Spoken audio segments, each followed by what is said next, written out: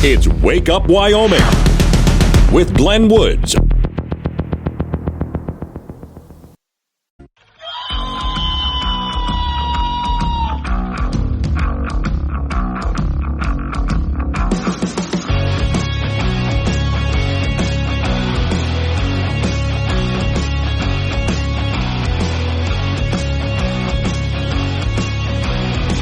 Six of time. It's Wake Up Wyoming. It's a Monday, so rinse and repeat. I hope you had a great weekend. Today's show is sponsored by pretzel-flavored mustard. Why eat the pretzel when you can just eat the mustard? Just squirt it directly in, no chewing involved. Warning, this show contains reference to guns, liberty, limited government, low taxation, the cult of climate change, free thinking, cigar smoking, short people, rubber chickens, Karen's bureaucracy, liberal buzzwords, tour runs, traffic, toilets, terrible jokes, and more. No apologies will be issued. Guest callers may express any opinion they want without fear of being canceled. Unless you're a loudmouth jerk like Dave, then Glenn will hang up on you. Strap in, hold on to your coffee, and feel free to participate. This disclaimer does not refer to every person named Dave, just one particular Dave from San Francisco. We know a lot of Daves. They call this show all the time, and they're great people. So don't call this program and complain that we use your name. That would be a real Dave move, Dave. I already got distracted before the program really even began. The ridiculously large television they have in my studio here, in which I keep a Fox News channel on called Raw, and that Raw channel just shows what's going on, press conferences, things like that. Very few reporters, very rarely do they talk to experts or commentators. It's mostly just our cameras are here watching something. So they showed a press conference in New York City because during the course of the weekend, 2 police officers were shot. They're recovering. And it had to do with some kind of a party, something like that. But first off, shots fired. You're not supposed to have a gun in New York. By God, how did that happen? Not only were the guns illegal, but the people who were using them weren't supposed to be in the country. Think about that a minute. But what got me is I just tuned into a moment of it, and I had heard this before. New York started having a problem a while ago. Little motor scooters, like small motorcycles, little motor scooters, are an easy way to get around New York when you consider all their traffic, right? Well, never had a problem with scooters before, but now, there's all sorts of gang activities, and they're jetting around on scooters, which makes it very difficult for police to pursue them. And so I'm listening to somebody involved, I don't know if it's a police chief or something, somebody involved in law enforcement, talking about how we have to get rid of those scooters in New York City. And my thought is, it has nothing to do with the gun or guns that were used. It has nothing to do with the scooters. It has to do with the people who are riding the scooters and shooting the guns. Now, you get rid of them, and you're close to solving this problem. In fact, you pretty much just have, right? Okay. I just wanted to get that out of my system before if we had never let those people in the country in the first place because they're here illegally, right? And if we were doing things like vetting at the border and checking for criminal backgrounds, you with me so far? Right. They would have never been allowed in the country, and this wouldn't have happened. Well, there you go. So don't go after the gun. Don't go after the motor scooter. Go after what's really going on. Bad people who, if we were vetting properly, would have never been allowed into the country. Problem solved. Now, speaking of that, let's real quick head all the way other coast, from the right coast all the way to the left coast in California. Wish we all could leave California now. Probably the greatest parody song in the history of parody songs, written by the Babylon Bee to the tune of the Beach Boys.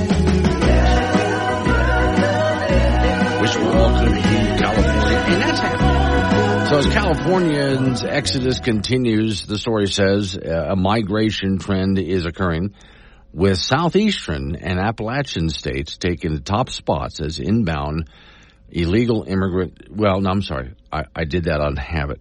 Migration destinations. These are not illegal immigrants. These are citizens of the United States who are fleeing California. According to a new Consumer Affairs 2024 Migration Trends report, California's mass exodus continues, with the southern and southeastern region of the country being the hottest region for people to move to. Now, once again, got to remind people as they move cross-country to escape California, that's fine. But remember, do not go when you arrive at your new destination. Do not go to the polls and continue to vote the same way, or you're just going to have California all over again. That doesn't mean you have to put on a MAGA hat and go all in on Trump. It means don't vote for big government. Anyone who wants to give you more government, more taxes, et cetera, enough. Vote different. So the states where most residents say they were planning to leave they're leaving: California, New York, New Jersey, Illinois, and Washington State. The most popular states for growth: North Carolina, South Carolina, Florida, Tennessee, and Texas. The report also highlights the population growth and decline data, with California losing about 10,500 and North Carolina gaining about 3,500. People are considering leaving states with a higher cost of living for those lower costs, according to analysis. The states with the highest net loss of migrants, New York and California, which are very densely populated areas and used to be very popular to move to because of all the opportunity that was there. But it's not just a matter of cost of living. I mean, rules, regulations, and so on. The data also points to northeastern and midwestern states like Illinois experienced big loss of people. It attributes California's whopping loss of 10,453 people. Now, you might think, in what period? A very short period of time. It's mostly cost of living. Los Angeles and San Francisco rank near the bottom of the cheapest place to live. In other words, it's not cheap at all to live there. Data is also a survey of Consumer Affairs, who they say were interested in moving. So not just people who have moved, but people who said, yeah, we're working on it. So California reported, it goes through the numbers of population decrease and increase. All right, on that note, I switch over to another story that basically has the same idea, but they were showing to where people are moving to. And in this case, Texas and Florida were the primary locations in that story. So I do know, and I've talked to you about before, when I grew up in Florida, nowhere near as many people in Florida now as it was back then. I mean, the population has just exploded to ridiculous proportions. Now, so far, Florida and Texas have remained red states. Although I would like to make sure they don't just stay red. I mean, stay just small government. Because your red states can still get out of control of big government, too. Just stay, whatever your personal beliefs are, stay limited government. Keep it small. Because that's primarily the problem. Busybodies who have no idea what they're doing, getting involved in politics and trying to fix everything. And they have no clue what they're doing. That's been the problem all along. All right, so now you would think that this mass exodus would have taught some people some things. No, of course not. Well, in fact, next story I got coming up here is an update. Remember just a little while ago, California raised its minimum wage again. And it like they did last time when they tried raising it to $15 an hour, and this was just for certain fast food restaurants. The governor and some other people in the state say, well, there's nothing bad that happens. It's all good when you raise the minimum wage. Well, the numbers are in. So we'll look at that next. Woke Radio, WOK! Time to get up, everybody, and go to work.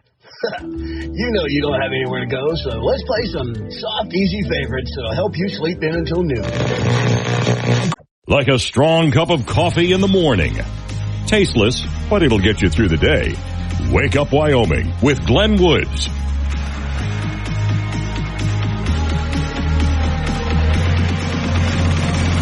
6:22 is the time. It's Wake Up Wyoming. It is a Monday. Some people just never learn the lesson.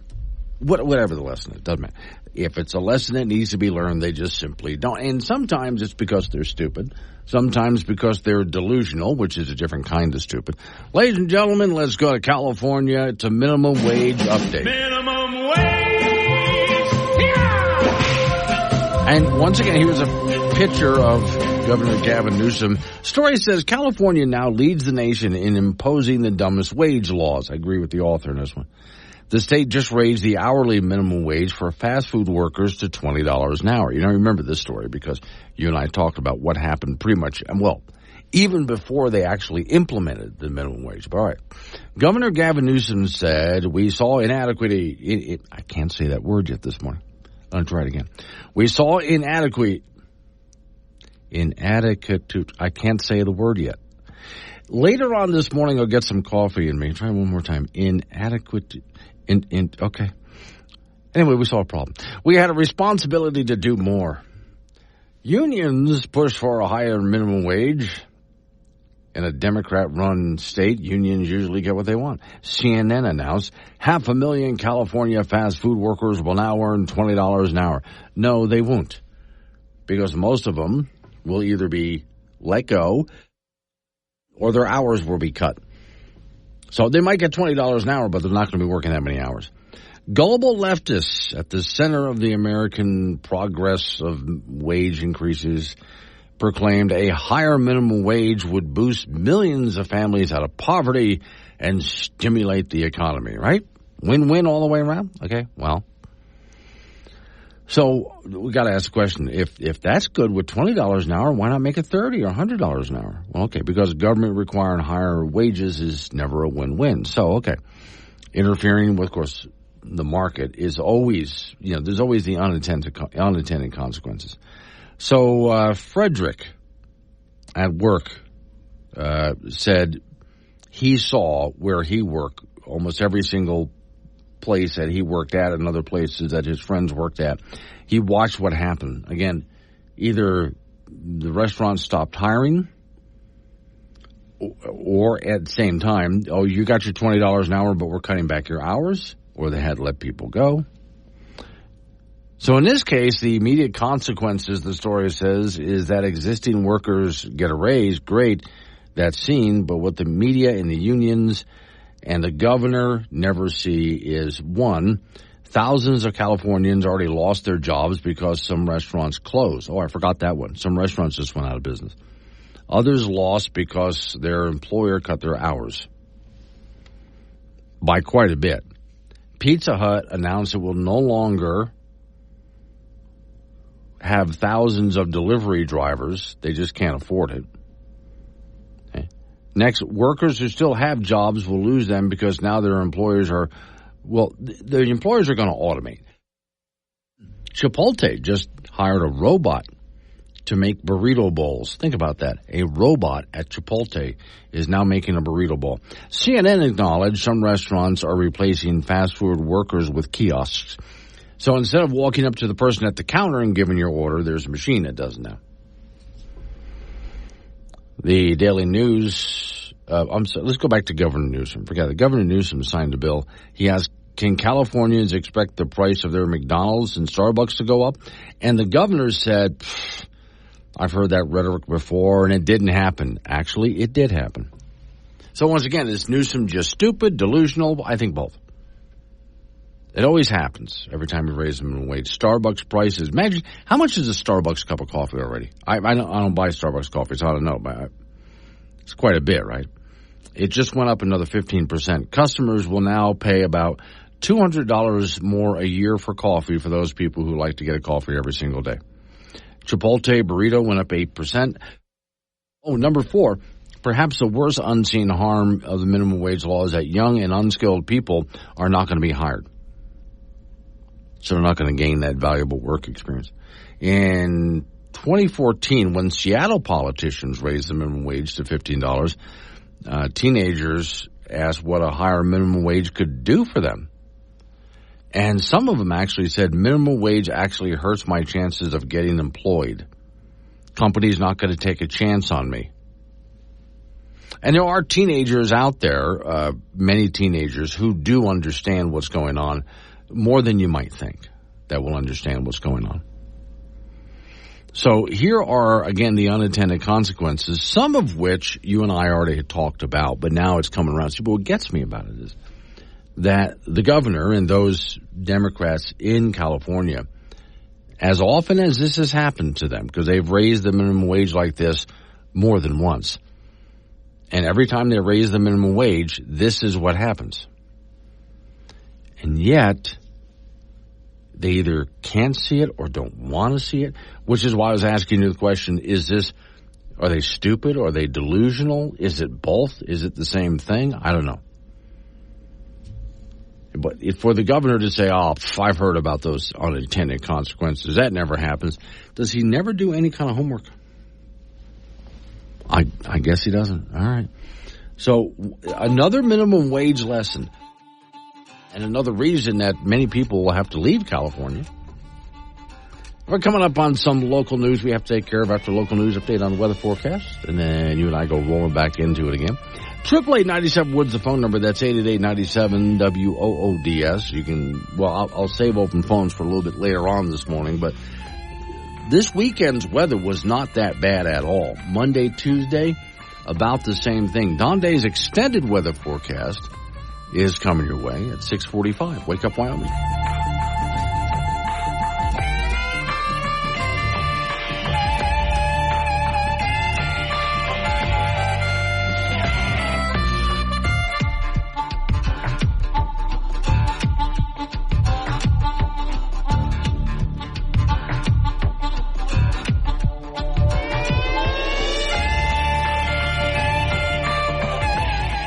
This show contains sarcasm that some listeners may find disturbing. A sense of humor is advised. Chat with Glenn live on the Wake Up Wyoming app. 6:36 at the time. It's Wake Up Wyoming. It's a Monday. So if you're just joining me, just updating folks on the latest from California's minimum wage increase for some California workers, like fast food workers. And it was Red and Casper said, you obviously can't watch this on air. He sent me a video link. Story that covers Newsom backpedaling on the minimum wage because of medical janitorial staff. Yeah, the restaurant workers, though, they took a hard hit on this one. And again, I was asking the question, does Newsom not understand? Is he just delusional, stupid? Is it a combination of both? Does one go with the other on this?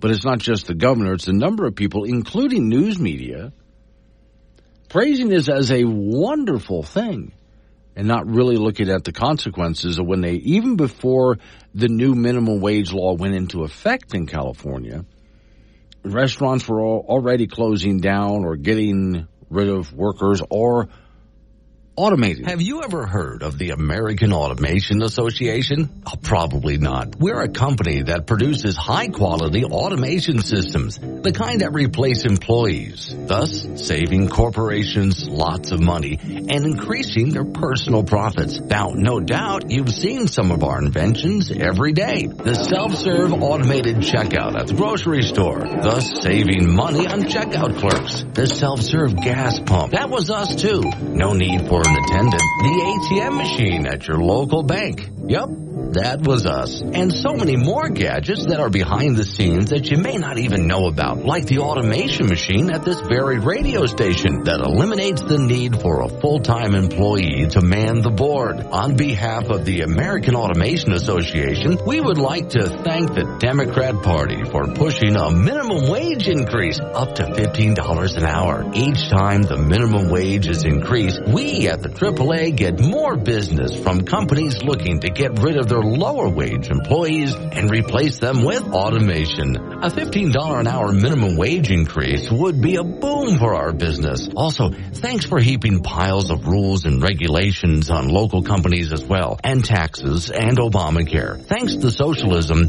business at American Automation is booming. I still need to update the commercials so now it says $20 an hour, but by the time I do that, they're going to be doing like $30 an hour. And if you think, hey, we won't do $30 an hour, they'll do $30 an hour at some point. I don't understand. How can they? I think it's a cross between stupid and delusional. All right, while I was playing that, I looked at the file folder that I have for you here, and I saw one I had created near the end of 2020, the year 2020, which as far as years are concerned, sucked. And I thought, I haven't played that in several years now. This actually became a real commercial. I had this idea of someone going to an optometrist and wanting to buy glasses, but she didn't want to see 2020 because 2020 sucked. Well, ma'am, your eye exam is complete. Frankly, I don't see why you came in. I mean, your vision is 2020. That's the problem, doctor. I just can't bear seeing 2020 anymore. It's been the worst year ever. Oh, I see. Well, let me see. I have these prescriptions here. They're 2021. How do I know that's going to be any better? We still have a lot to get through. Yeah. What was a good year for you? 1995 was a great year for me, and there wasn't a single 20 in it. I think I have one of those. Here we go. Yeah. Try these. Oh, my. Not sure if I can, Yeah, try standing up. My. Better? Better than rose-colored glasses, I'd say. Well, there you go, Gam. The receptionist will meet you for your... Oh, no. Oh, You okay? still better than seeing 2020. Okay, so I wrote that and we did it as a spoof bit to play on the air.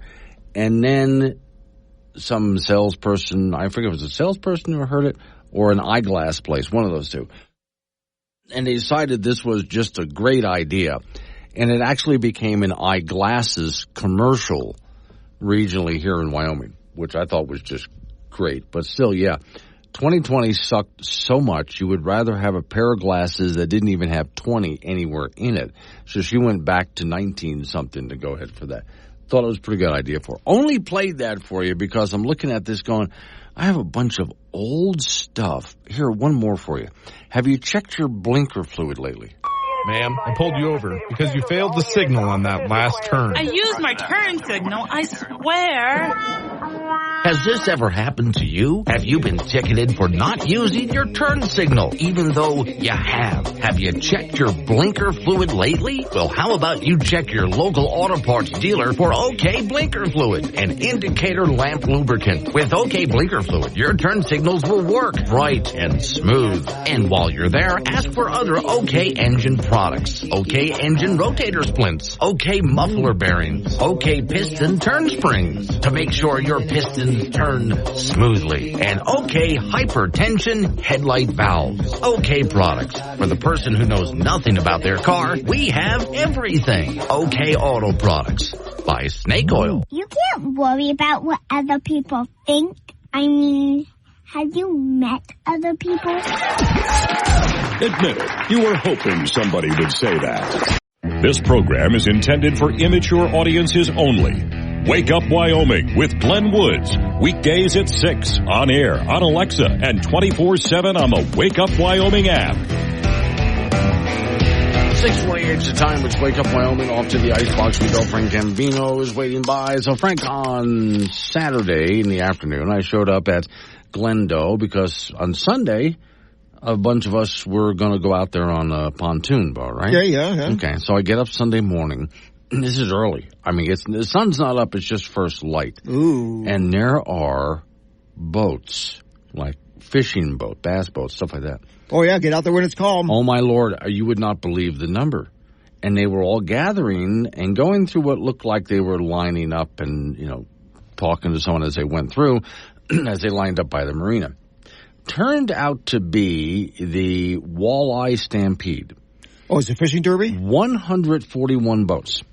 Okay. And I stood there and watched. So what happens is the lead boat that officially starts it, it's got a big flag on it, and that guy heads way, way, way out there. And all the boats follow him in this long conga line. So imagine a long line of boats stretching across Glendo Reservoir. Okay, it's like a traffic jam. Yeah. And then finally the lead boat stops. And as the boats pass the lead boat, they're allowed to go. So suddenly they speed up. Yeah. So as I went out with my friends all over around Glendo, just having a good time exploring the area, everywhere we looked, just imagine no matter where you are, Frank, the shoreline is dotted with little boats and people fishing. Was there enough fish for them all? The walleye did not stand a chance.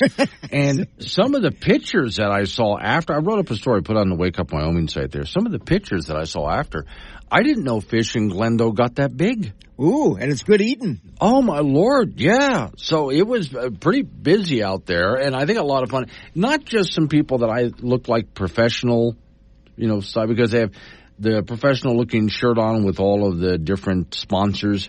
Yeah. But also, Dad would bring his son, and they would go out to compete, too, which I'm hoping the kid won. But those are those ones that they have, like, bowling shirts. Yes. Look like if you were to bowl fish, which I would like to try, because I think the fish is slick enough to make it all the way down. Yeah, pretty much. Yeah. All right, in American Legion baseball from over the weekend. First on Friday, the Casper Drillers in the A division defeated the 406 team out of Billings 14-0. And Gillette over the Cheyenne Hawks 11-1 and 8-0. The Cheyenne Sixers playing in that Rapid City tournament beat Huron, South Dakota 8-0. And the Laramie AA Rangers defeated Post 320 in that tournament from Rapid City 10-3. Then on Saturday, Laramie over Gering 10-6. The Cheyenne Sixers over Scotts Bluff 9-0. Sixers also beat Alliance, Nebraska 9-1. Casper Drillers beat Wheatland twice 10-0 and 16-6. And Gillette over the Laramie A Rangers 11-1 and 13-0. Then on Sunday, the Sixers over Harrisburg, South Dakota, the Gold team 9-1. And Laramie beat the Harrisburg Maroon team 7-6. Cheyenne Hawks beating Rock Springs twice 10-0 and 10-8. Major League Baseball, the Colorado Rockies lost to the Los Angeles Dodgers yesterday 4-0. The Rockies the Dodgers hit 2 home runs in the first inning, and Rockies pitcher Austin Gomber lasted just 3 innings. He gave up 3 earned runs, 5 hits, and 3 walks. That's the 7th time the Rockies have been shut out this year. They're 21-37. They will be at home tonight to meet the Cincinnati Reds. High school football, that 6-man shootout between Wyoming and Nebraska played at Chadron State back on Friday. Nebraska won that one 48-14. They've won 4 of the last 5 meetings, and they jumped out to a 22-0 lead in that game. This is Shrine Bowl week in Casper, and that game will be on Saturday afternoon at 2 p.m. at Natrona County High School. The best seniors in the state will be participating in that, and practices do start today and run all week. They'll have a media and picture day on Friday, and then also a parade coming up on Saturday prior to the game. The high school finals rodeo starts today in Rock Springs. The finals will be on Sunday. Our Wild Preps athletes of the week are Tucker Caracato from Saratoga, who won 2 rounds in the bareback over the Memorial Day weekend up in Buffalo, and the girls athlete of the week was Caitlin Moore of Wright, and she won 2 events in the pole bending and 1 more in the goat tying, also up in Buffalo over the Memorial Day weekend. Stanley Cup playoffs in hockey. Edmonton beat Dallas 2-1 to win that Western Conference Finals 4-2. So Edmonton is in the Stanley Cup Finals for the first time since 2006, and the Stanley Cup Finals will start at Miami down of meeting the Florida Panthers. That will be coming up on Saturday, and that's it in sports. Is this the peak of rodeo here? We should. Okay, yeah, we'll have the high school finals this week. Okay. The college national finals next week. And then it just goes and goes and goes and goes and goes. Right. Well, Frontier Days down the road, rodeos all over the state. If anyone is visiting Wyoming in some town, you probably have a good, like go to Thermopolis, for example. Yeah. They got that nice arena right there in Thermopolis. Yeah, right there. You can't miss it. You can't miss it. No, and if you're visiting to try to explore Wyoming, check out a rodeo. Oh, Cody Sheridan. Lord, and yes, Glenn, tis the season. Yeah, it is. Okay. Because you're talking so much about it, I figured we must be at the peak. Tis. Thank you, Frank. Coming up on some local business that we got to take care of. We're going to roll into news time after that. National local update on the weather forecast. I got a local topic that's not as big as the big topics we usually talk about, but it is important for our local community. We'll do that next, right after news and weather and all that. Wake up, Wyoming.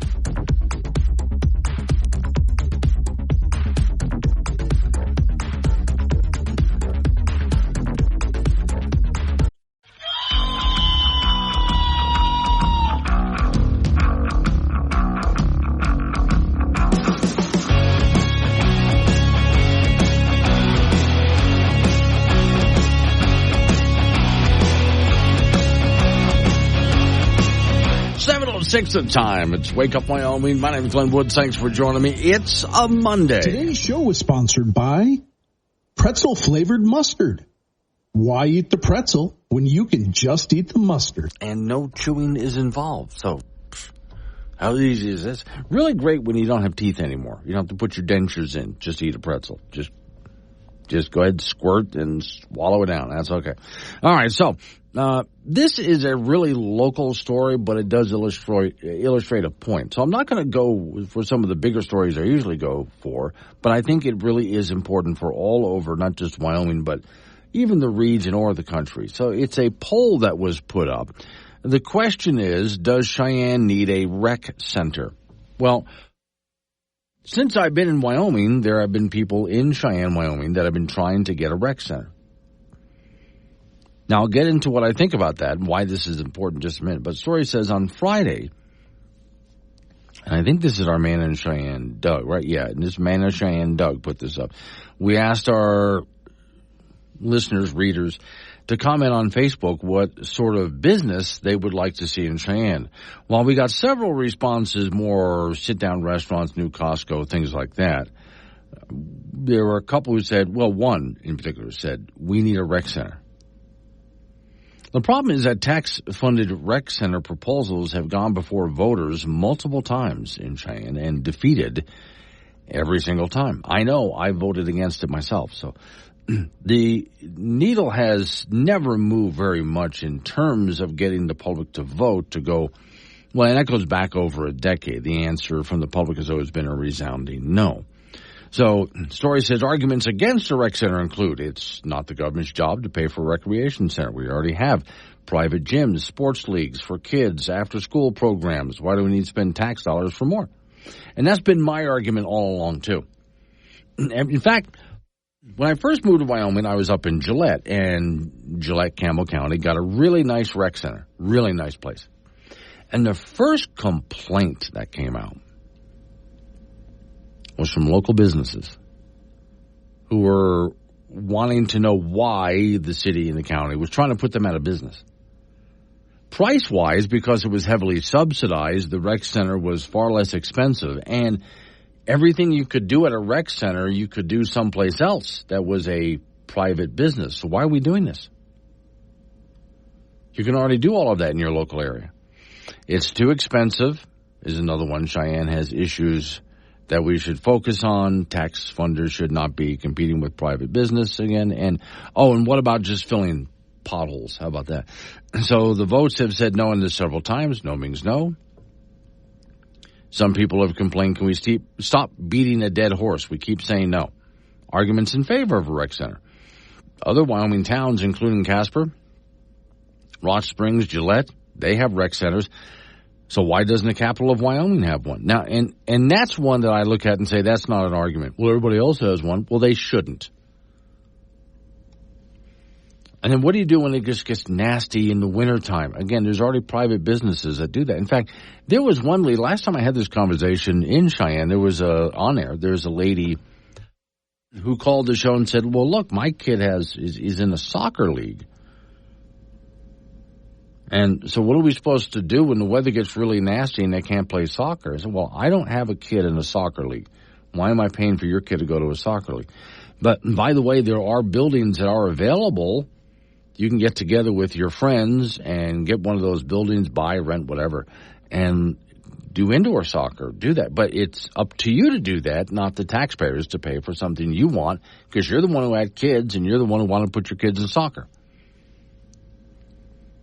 Also, kids with too much time on their hands get in trouble, they say. Besides, we should be encouraging people to live healthy lifestyles and exercise. And again, a rec center could fill all of that niche and it isn't being offered by private gyms. Well, then open up a private gym that does open those things, but those private gyms exist. Now, for those people who live way out in the middle of nowhere, away from the bigger towns of Wyoming, you're probably listening to this going, what does that have to do with me?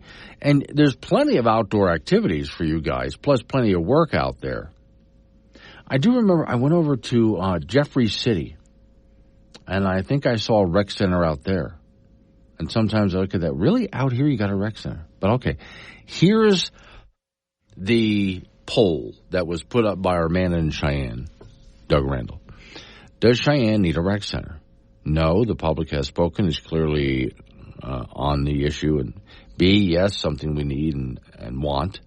C, I don't know, and the other. And I'm going to vote as I always do, which is No. You know how I am with the taxpayer money. I'm a tightwad.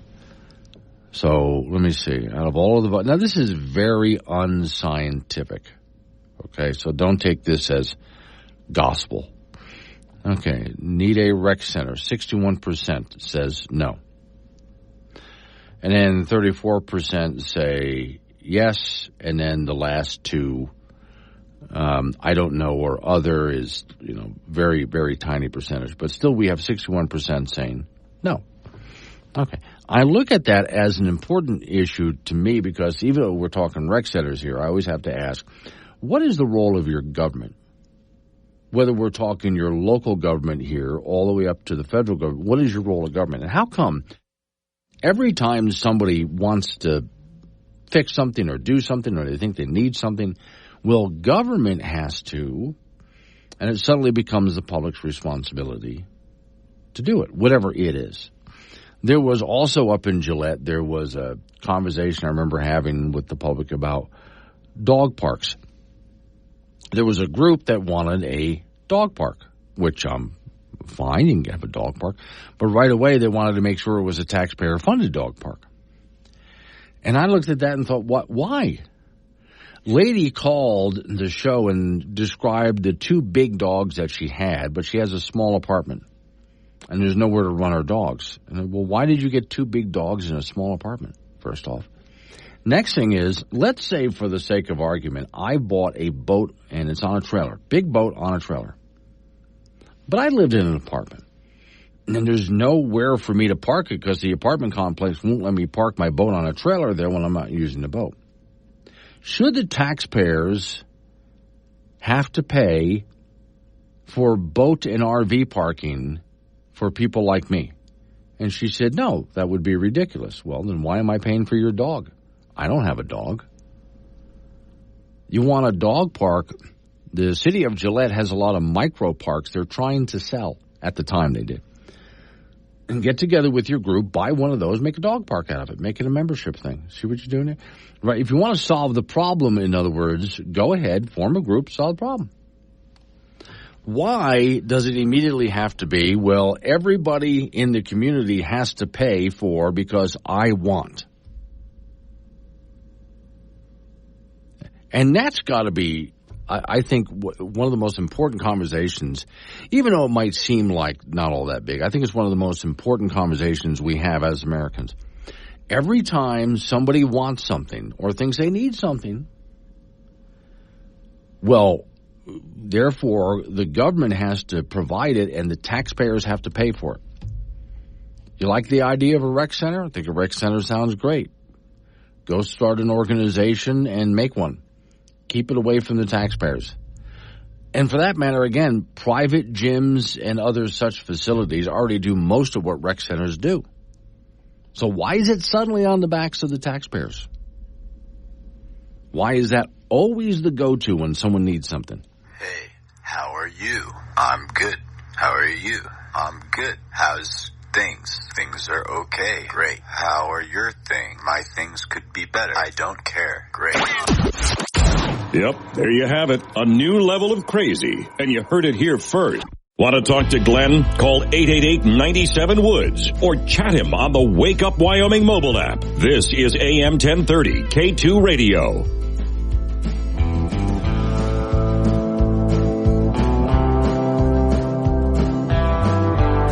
Time is 7:20. It's Wake Up Wyoming. Okay, some good reaction to this, but remember now, this topic goes beyond just the surface. So if you just joined me, good poll put up by our man in Cheyenne, Doug Randall. Does Cheyenne need a rec center? That conversation's been going on for about a decade, and every time it's put up on the ballot, because they would need to raise money for it, so it goes on the ballot, it gets just shot down. With big-time numbers. The people who would love to have a rec center are very vocal, but when the voters weigh in on it, and the numbers never change. A lot of people just say, no, absolutely not. Now, it goes beyond just the rec center, because there's a lot of people listening to me that live in even smaller towns or way out in the middle of nowhere, and what do I care about a rec center in Cheyenne? The bigger question here is, what is the role of government? At what point do you say government shouldn't be involved in that? So when it comes to a rec center, well, again, there's already private businesses that do all of these things. So when should government say, we're not going to do that because we would interrupt what private business is doing? For example, Lee is in Laramie. He says, hi, can't afford what Laramie Center charges, the rec center there. And yes, they have put other businesses out of business. And that goes back up to when Gillette opened up their rec center. There were quite a few businesses, gyms and other places like that. Even places folks could go swimming. Because they have a big water park in the Gillette Rec Center. Not just a pool, it's like a water park thing. And there was already facilities like that available in the Gillette area. There was a hotel, for example. You can go in, they have a water park in there. And it's not just for people who are staying at the hotel. Local residents could pay a little bit and go splash around, even in the middle of wintertime, because it was indoors. Trying to put those people out of business, right? The other one is from Tony in Cheyenne. Morning, Glenn. I voted other on the rec center with public-private funded. Not sure if it's an option, but, not sure if it's an option, but not a fan of the city or county in charge. Joel and Casper. Hi, Glenn. Does Cheyenne have an optional tax, 1 cent? Yes, they do. If so, I think they should spread that money around to all interested parties, not just a select few. Dan in Cheyenne, what is the story about Cheyenne purchasing the Beast Foundation building? I don't know. The building has 22,000 square feet for volleyball, basketball, and pickleball. Now that, Dan, I don't know about. But once again, when it comes to whether it's your county government, for those who live way out in the county, your local town or city government, how many things do you think they should be involved in? And you know me, as more of a limited government guy, I look at it and say, well, let private industry handle these things. If there's a need in the community, the need can be met locally, which is one of the reasons also I'm hoping it falls apart, because I'm very much opposed to, I like the concept of, but how it's being done, that statewide shooting range. There's some people have this idea. We get, and some people call the show and say, well, we have a local shooting range in my county. No, bigger, better. We're talking big-time competitive level shooting range. This would be an expensive facility. In fact, a bunch of the money for this, about $10 million, will come from the state of Wyoming for a shooting facility of that level. Something that good. And my thought is, I love the idea, but I don't like who's paying for it. My first question on this is always, who's paying for this? If you think that we can have a shooting range in Wyoming that would bring in competition from not just all over the country, but all over the world, absolutely, let's get some private business people together who will see the importance of this and let them go ahead and get their money together and do something like this. Not that it's something that should be run by the state at all. And I know there's a lot of counties vying for that money. They want the business. Stay out of it, government. And there's the problem. So I'm hoping, even though it's in motion right now, to get this done. And again, I love the concept of a shooting range, but I don't like the idea that it's going to be a government project. Keep the government out of it. There is, in a town where I am, there is a really nice indoor shooting range. It's a company that has a gun store, and they don't just have a pistol range indoors. They have an indoor rifle range. And I've been in to check it out a few times, and it's nice in there. And every time I go in to check out their store, and they have a very nice store, I walk around and look at the facilities, and I take a look at people who are out there shooting. And the pistol and rifle range is always active. There's always people in there year-round shooting. For whatever reason. I mean, they just want to pop some caps because it's fun, or they're honestly just trying to stay proficient at it, whatever the case is. And there again, that's a private business that's doing this, and they're making a profit, and there's employees, and it doesn't take money away from the taxpayers in order to do it. So there's yet another one of those ideas.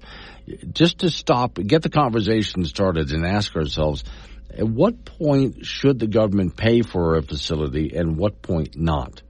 Let's go back to Cheyenne real quick. A few years ago, some of you in Cheyenne might remember, there was a guy who has an idea for a little league baseball tournament.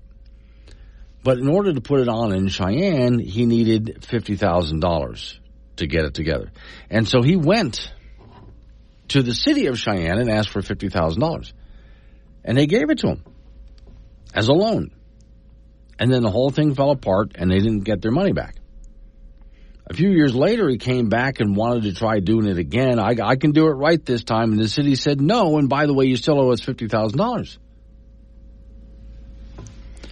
Jude is in Casper. The same with insurance, golf courses, event centers, all kinds of small. Oh, hey, that's a great one. Golf courses. Around the country, I often find that if there's a local privately owned golf course, at some point, the city or the county will go ahead and buy it up and then run it themselves. And that's another one I look at is, look, if there's enough business out there to support your golf course, then it will be run as a successful private business. But as much as you golfers love your game, if there's not enough business out there to support your local private golf course, then let it go out of business. Now, as you know, I live across the street from a golf course. I profit from it. Oh, I haven't yet, but I will. The reason I do is because I'm not far off from the second hole, which is downhill and across the street. So people tee off on the second hole at second tee, and the ball sometimes will drift off to the right and hit the street and go bouncing down the streets and wind up in my front lawn. And I have a collection of golf balls that you would not believe. And one of these days, I'm going to go start selling them back to people. I mean, why not? Golf balls can be kind of expensive, but if I'm selling it back at like $1 a ball, I can kind of clean up on it, right? So I can set up a little table somewhere or a golf ball vending machine. I picture it looks like a huge gumball machine, but there's golf balls in it. Go over, put $1 in, crank the knob, golf ball comes out. I'm making a ton of money. Other than that, I'm with Judy on this one. Golf courses should be private businesses, not run by your local government. Those golfers out there who love your game, well, then play more golf in order to keep it going. It's not the taxpayer's job to keep that golf course running for you. What about the rest of us who don't play golf? Why are we paying for you? All right, coming up on some local business we got to take care of. We're going to roll into news time after that. National, local, update on your weather forecast. You guys get back in. Oh, Don Day, 745, with an update on your forecast for this week. It's Wake Up Wyoming.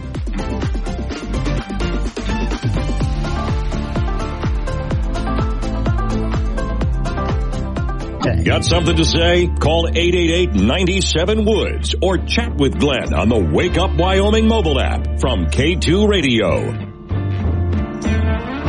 7:36 the time. It's Wake Up Wyoming. My name is Glenn Woods. I'm going to put some of the other topics aside for a minute. Doing that a lot this morning. Miss Mary, I got to talk about the coffee thing, which, by the way, their coffee is excellent. I mean, really good. But this is important, folks. So I had a really good weekend. In fact, I spent some time out in the lake on Glendo on a pontoon boat, which I love piloting anything, and it was just a good time. But I think because of that, because I did so much over the weekend, even though I got good night's sleep because we camped at the lake one night, and then when I came home last night, I slept, but I'm tired. And I'm just kind of dragging this morning. And so even though I have coffee here, I turned to Miss Mary, who's also dragging, but for a different reason. And I said, tell you what, if I give you money, will you go to one of the good coffee shops in town? And there's some locally owned, not big chain, locally owned, really good coffee shops in town. And get us, I mean, I like hard, bold, I don't sweeten my coffee. I like good, thick, roasted coffee, the bold flavors. That's what I like. And I don't put anything in it. And so, I mean, I could just make a cup here. They have coffee here, but let's get the good stuff. And she agreed. So if she's driving, I'm buying. So I gave her $10, thinking that's going to be too much money. So she could buy 2 small cups of coffee. And she got the same thing I was getting. And it cost $10 for 2 small cups of coffee. Now, to give credit, this is a locally owned shop that's very good at what they do. And they didn't have any really dark roast available, so they ground some fresh beans just for us. and made us that coffee. So you see, that's a local business, not a chain business, not some baristas that want to unionize because they think they're supposed to be doing this for the rest of their lives. No, these are local business people who want our business, and the coffee is excellent. But $5 per cup, these are small cups. And I'm looking at this thinking, Lord, I'm sorry, as much as I really love the coffee out there. And then that reminded me, it's been a while since I played this. Hello, welcome to Coffee Cabana. Our special today is the popular Mocha Mocha Kappa Mocha Kappa. What can I blend for you today? Cup of coffee, please. I'm sorry? Just a regular size coffee, please, that's all. Oh, I guess I don't understand. What part of that don't you understand? Well, for one, we have several different sizes. Petite, Medio, Alto, Forte, Muy Grande, and Crescendo. All right. I just want a small cup of regular coffee. Well, please. But Okay, look. Point to the cup that's the smallest. Okay, there you go. That's the one. Oh, okay. I see. And what would you like in that? Coffee. And? Just coffee. But we have syrups and powders and toppings and frappalapalattas. Just coffee. Plain old coffee in a frickin' cup. Look, okay, take the cup. Perfect. Now, hold it under the coffee spout. Good. Now, fill it up. There you go. Now, give it to me. That's it? Yes, that's all. Well, how odd. Whatever. How much? $6.50, sir. Sorry? $6.50. How is this little cup of coffee more expensive than a gallon of gasoline in my car? I didn't even add any frappa, lappa, mocha, crap or whatever to it. Well, sir, the beans are dried on solar panels. Never mind. And then we use wind power forget it. But we're green. Look, I'll give you $20 if you don't say another word. But nope. There you go. Good girl. Might I suggest trading that for a decaf? So, Stephen Casper, good coffee isn't cheap and cheap coffee isn't good. Well, you got a point there. Although, I got to tell you, Steve, this is years ago, many years ago, I was at a grocery store and they had this aisle, one side of the aisle, imagine a typical length of a grocery store aisle, went all the way down with nothing but coffees. That's a lot of coffees. And so I decided, well, what the hell? And I went down, not buying big bags, but the smallest possible bags. And I just went down the aisle over a period of time, sampling all of the different coffees. And it turned out that my favorite coffee was one of the least expensive brands. So, I mean, not always the case, but I get what you're saying there. But, yeah, I just don't think a small cup should be like $5. And then Smalls says, coffee you can chew. Yes. See, now there's what, okay, as far as I'm concerned, if you can see through the coffee, like hold the pot up, can you see through it? That's not coffee. That's tea. I work for Starbucks. Scott and Scott's Love. Good morning, Glenn. Here in Scott Bluffs, they have been several occasions, the ballot initiatives, this goes back to our older topic here, an additional half-cent city sales tax for our swimming pools to build a really expensive aquatic center. Hang on, I'll get back to that because I got to get a hold of Don Day. We got some weather to do. Now, Glenn Woods fits in your pocket with the Wake Up Wyoming mobile app. This is AM 1030, K2 Radio.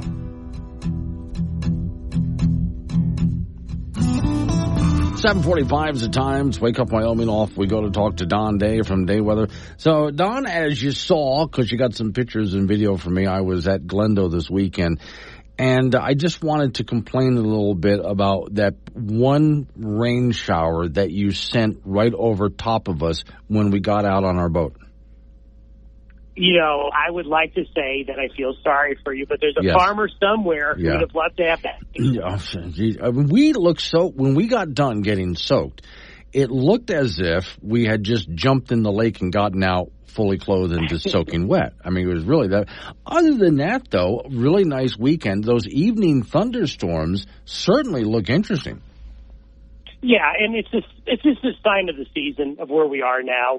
These afternoon and evening thunderstorms just become a bigger part of our life. And certainly that was the case this weekend in many areas. And they kind of come and go. The weather pattern today is going to be dominated by a frontal system that is going to change the weather up a bit. After today, Glenn, there is going to be some showers and thunderstorms, especially the west and the north and parts of the central. But tomorrow through Thursday, we don't see much thunderstorm activity at all. What we do see, unfortunately, coming our way is that 3-day period, especially tomorrow and Wednesday, will be pretty windy. Okay, windy, and I noticed that wind, like today and tomorrow temperatures stay about the same, but that wind comes in, though, I think, because of the warm-up?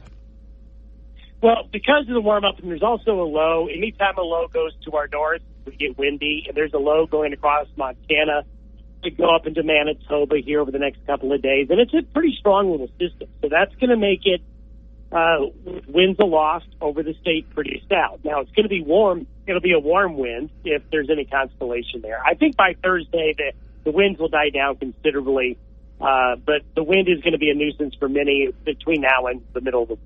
Okay. But now we go through this. I noticed there's a little bit of a warm-up, and then it seems like the next weekend was a repeat of this last weekend.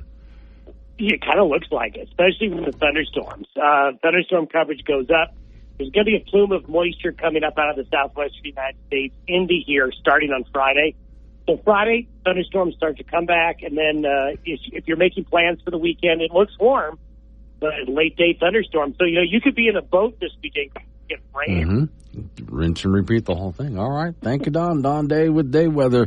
Off we go to Frank Gambino's house where we have to wrestle him off before they come in and give us some sports here. Frank, apparently, did you hear about this PGA Tour CT Pan and his caddy problems? Who? Okay, so this is up in Canada. CT Pan, okay.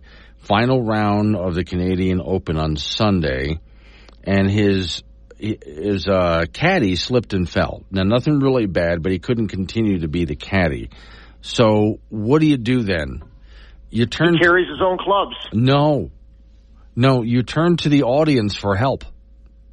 Oh, he just picks somebody out of the gallery? Yeah, and say, who would like to be my caddy? Yeah. Oh, I will, yeah. Well, and there's quite a few people who went, yeah. And so during the course of the game, what was left of it there, he went through several people, just kind of rotating fans who wanted to carry the clubs around. I think this is a great idea. In fact, now the problem is that while you could save a lot of money on caddies, in fact, you could make money. People, if the golfer is good enough, people will pay to be the caddy. Right. Part of the caddy's responsibilities, though, is to actually tell these guys, okay, we're this far away. Right. The wind is going this, and you should use this club. Yep. But when you were picking people out of the crowd, the golfer's on his own. Yeah. Like, you know what? You figure it out. I would love to hear the amateur golfers giving the pros advice. I would like to mic them up for that. But I do know, the caddies are not the reason that they're kind of high priced, Frank, is because they know that course really well. So when they say to the pro, here, use this club, and you want to aim over there, they know what they're talking about, and the pros often listen to them. They should be listening to them, especially when the caddies could make 10% or more of the winnings. Wow, so they get paid too. So I guess you don't have to tip them at that point. Well, not really, no. Not really, no. 10% or more of the... But what if your player just absolutely sucks and doesn't win anything? Then you don't make any money either. Oh, okay. So you got to make sure that if you're a caddy, you get with the player who's going to win something. Right. Say, if he wins $100,000 at a golf tournament, caddy gets $10,000 for one game.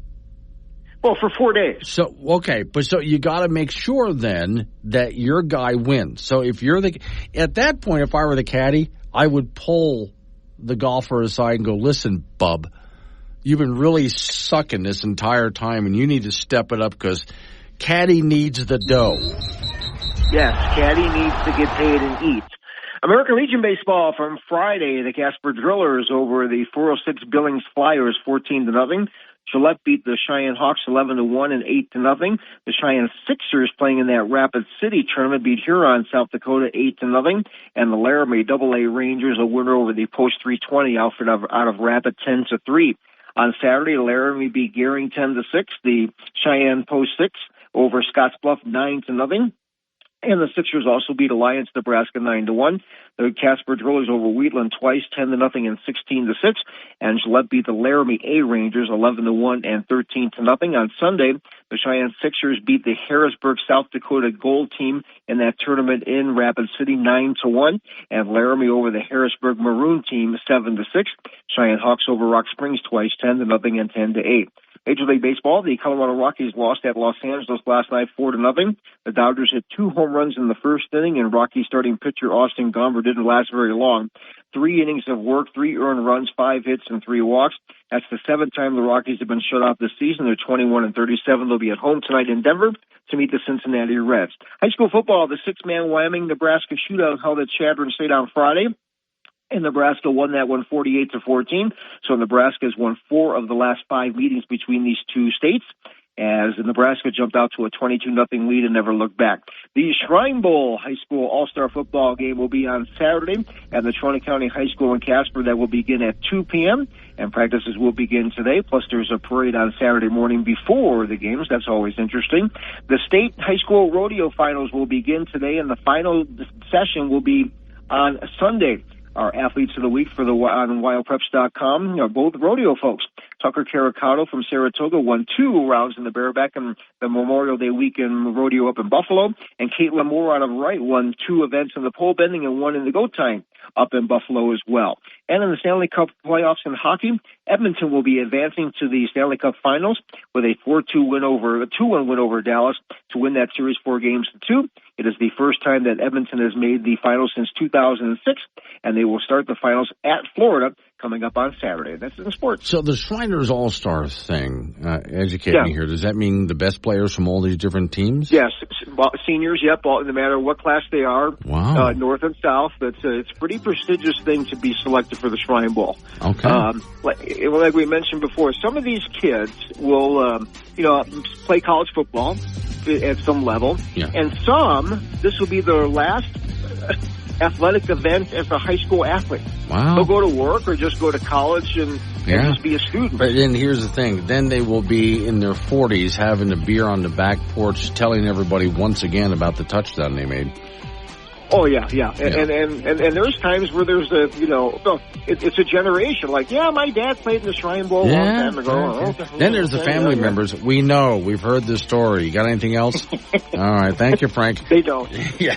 Coming up on some local business we got to take care of. We're going to roll into news time after that. National local update on the weather forecast. Oh, open phones next hour, too. Wake up, Wyoming.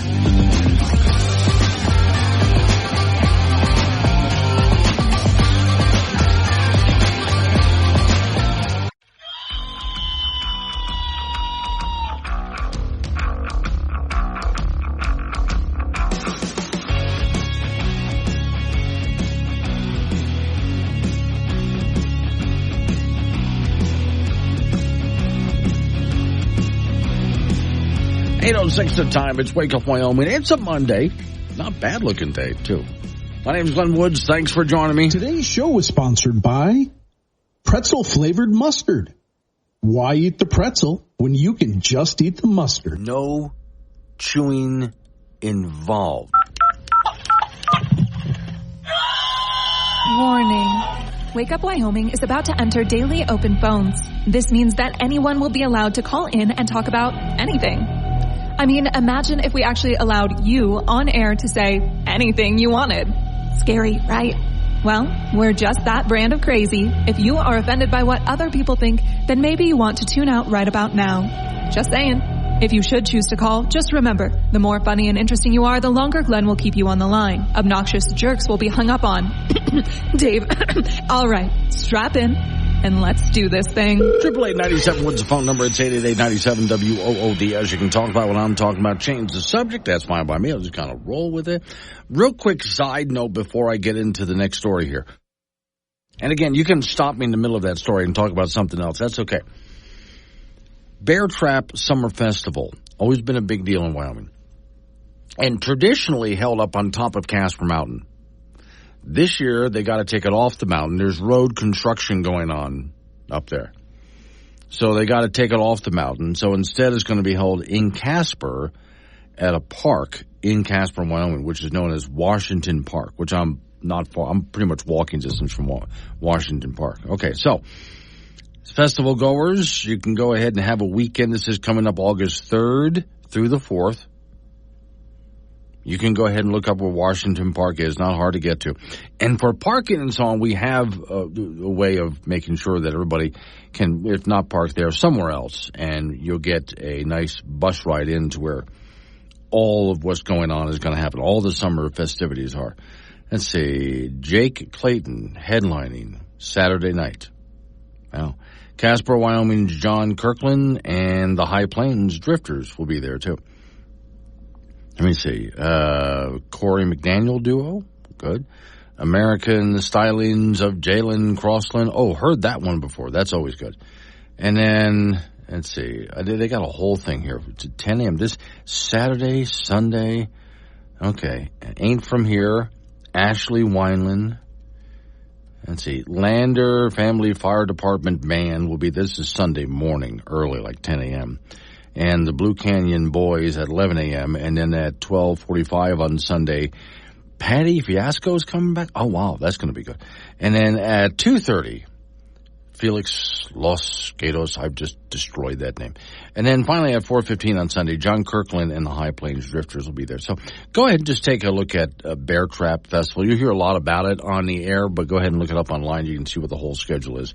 And again, it's not going to be up in the Bear Trap. It's going to be down below at Washington Park on August 3rd through the 4th. All right, so 888-97 Woods, the phone number. It's 888-97-WOODS. You can talk about what I'm talking about. Change the subject. Fine, I'll roll with it. Hey, Colorado, Denver specifically, you're up. People are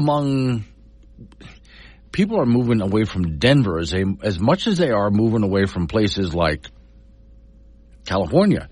Earlier this morning, I was talking about major places, once again, that people are moving from. And if you're thinking like California and New York and Illinois and New Jersey, yes, among those places. But this story, which U.S. city, it reads, saw the most people move in and out last year? Moving and storage companies reveal the data showing which cities around the country have people moving into them or packing up and leaving. Now, since I grew up in Florida, Clearwater, Florida-based company says shipping containers on driveways in neighborhoods. And that's the way to do it these days. You load up the shipping container and it's shipped to you, right? The company started in 1998, and they talked about Clearwater just being a boom town. And it is. It's a beautiful area, too, by the way. That's in the Tampa Bay area. Let's see. Cities with the highest level of move-outs. People moving out, saying enough. Topping is Los Angeles, California. Second on the list, people moving away, San Francisco, and just basically Northern California. Miami area, South Florida, also people leaving. But now the Miami area is like, it's just like San Francisco, and for that matter, Los Angeles, but it's on the other coast. Long Island, New York, fourth for people moving out. Austin, Texas. Central New Jersey and New Jersey state itself, but also Chicago, Illinois, San Diego, Stockton, Houston, Santa Barbara. Denver, Colorado ranks 12th among people just packing up and moving out. Now, don't worry. Most of the places that I just mentioned have a lot of illegal immigrants moving in. So, going to fill it back up, right? Boston, Massachusetts, number 13. Baltimore. Hartford, Connecticut, number 15 for people moving out. Portland, Oregon is 16. Fresno, California is 17. Bakersfield, California is 18. 19 is northern New Jersey and also serving parts of New York. And 20th is Minneapolis, Minnesota, people moving away from there. Okay. Now, cities with the highest level of move-ins. Myrtle Beach, South Carolina, beautiful place. Ocala, Florida, lived there for a while. And again, it's a small town that's becoming a major town. Houston, Texas, Greenville, Spartanburg, Charlotte, North Carolina is number 5. Raleigh, North Carolina is 6. Phoenix, Arizona is 7. Knoxville, 8. Jacksonville, Florida, 9. You know what I'm not noticing here is anything about Wyoming. Asheville, North Carolina, beautiful town, city, really, up in the mountains, is 10th. Boise, Idaho, Portland, Nashville, Atlanta, Georgia is still growing. They're number 14.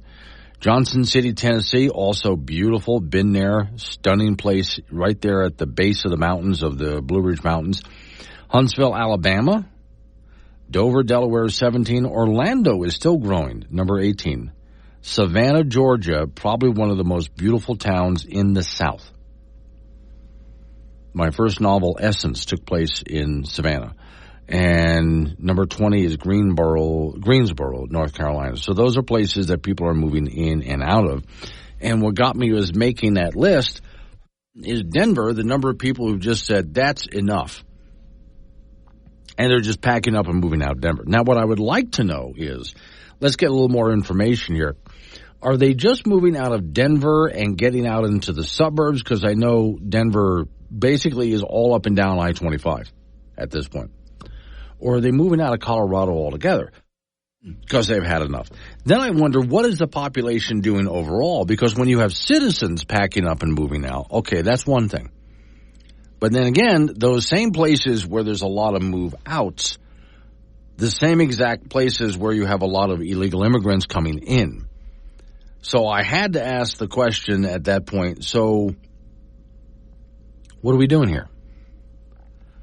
I mean, honestly, are we increasing the population or decreasing the population with all the illegal immigrants moving in?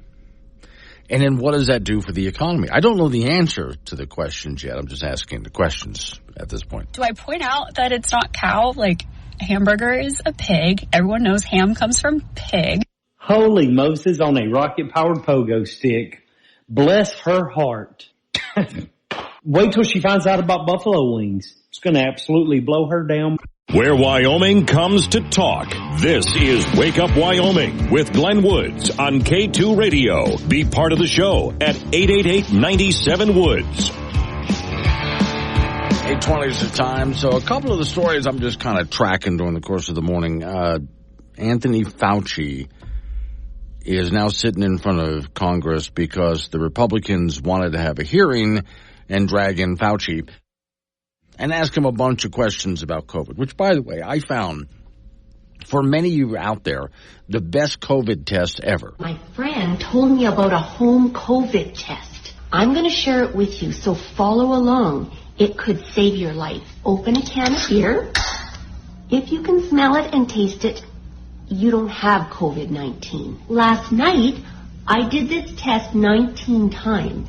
They all came back negative. See, I got probably the perfect test for you. Just go ahead and grab like a 6-pack or beer or more, like she did.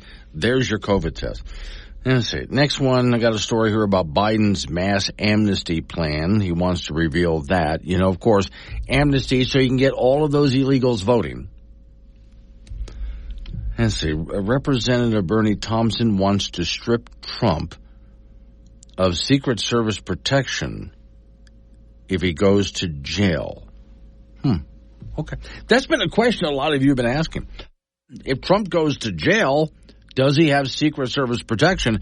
And part of that, by the way, just remember, Trump won't be going to a regular jail if he goes to jail.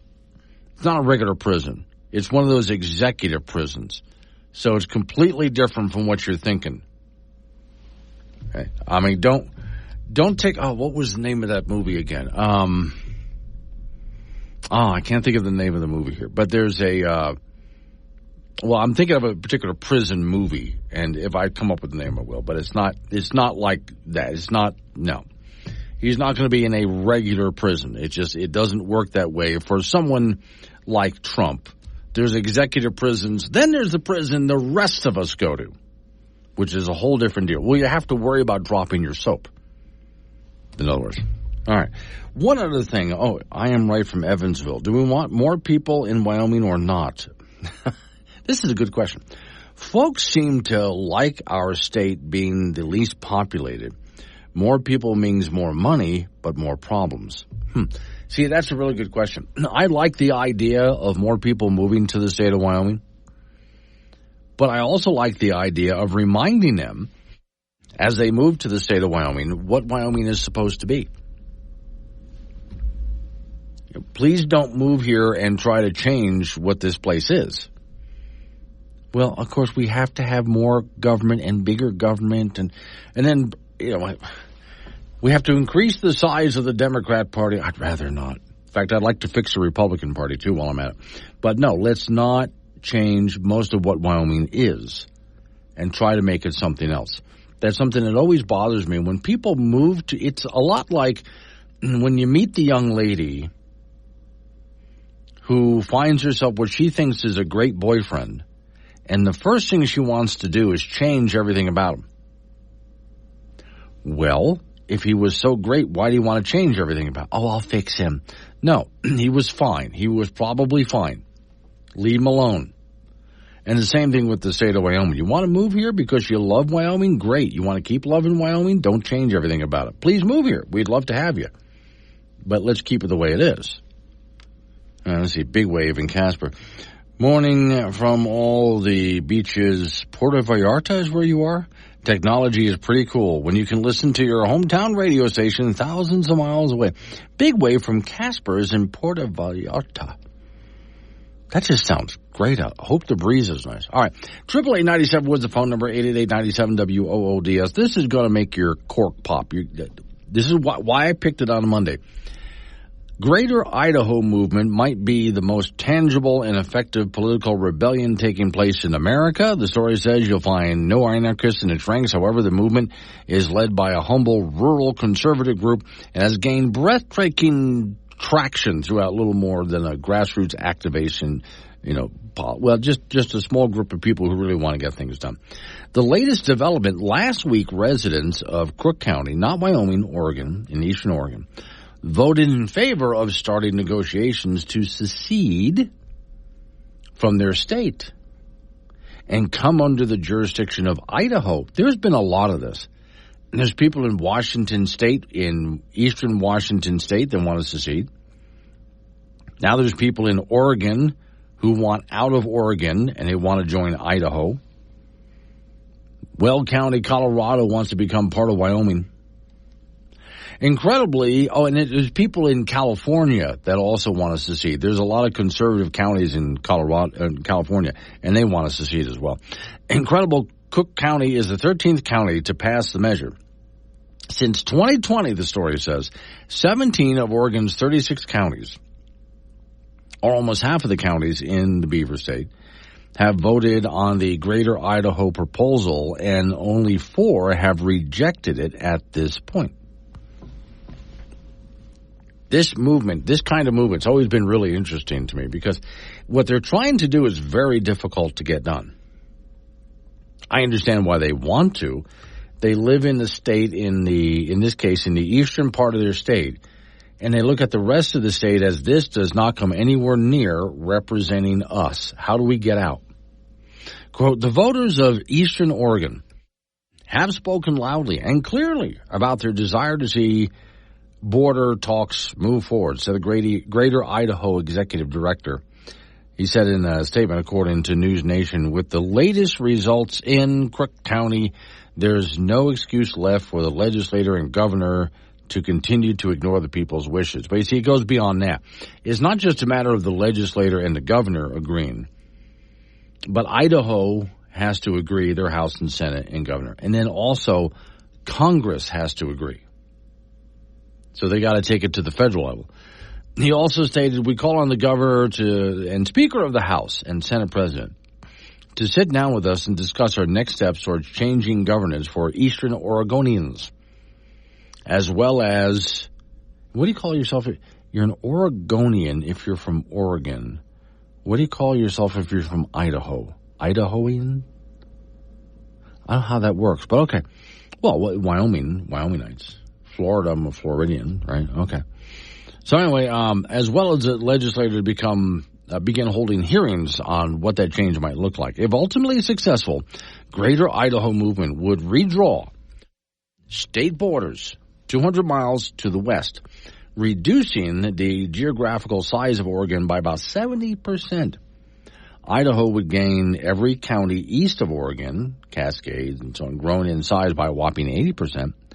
A second phase could even see portions of Northern California secede to join Idaho. The movement, which has gained national attention, began just 4 years ago. So why are the people of Oregon, those counties, willing to join Idaho? Well, the Oregon-Idaho line was established 163 years ago, and is now, they say, this is what the group is saying, outdated. The movement explains on its website. It makes no sense in its current location because it doesn't match the location of the cultural divide. So this week, the leader of this organization appeared in an interview with Fox News Digital to comment on the latest development, making a compelling case for his movement. The state of Oregon is divided geographically by the Cascade Mountain Range, and that geographic divide is also a huge cultural divide, he said. So, on the west side of Oregon, you have a different climate, it's a different economy, a different culture, more urban. It's a very different place than the east side, where there are agricultural people who are very conservative and very traditional. He explained that the state of Oregon is currently engaging in a political tug of war over this. And again, I go down to Colorado, where there's Weld County that has talked about becoming part of Wyoming. Although there is a group there that would like to do it, it's a very small group that hasn't had an easy time getting any kind of traction. Although it's fun to talk about it from time to time. All right, coming up on some local news that we got to take care of after a local news update on the weather forecast. Then you and I get back into it again with a nice long segment of open phones. 888-97 was the phone number, 888-97 WOODS. Wake Up Wyoming.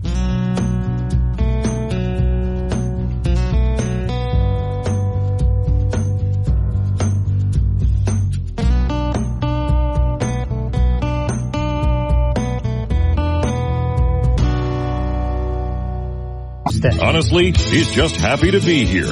Catch Glenn Woods on Wake Up Wyoming, weekdays at 6 on air, on Alexa, and on the Wake Up Wyoming app. 8:36 the time. It's Wake Up Wyoming. We're in the open phone segment, so if you want to jump in, change the subject line, 888-97 Woods, 888-97 WOODS. Before I get into my next topic, though, this was good. Social media, it's not a meme, it's a sign.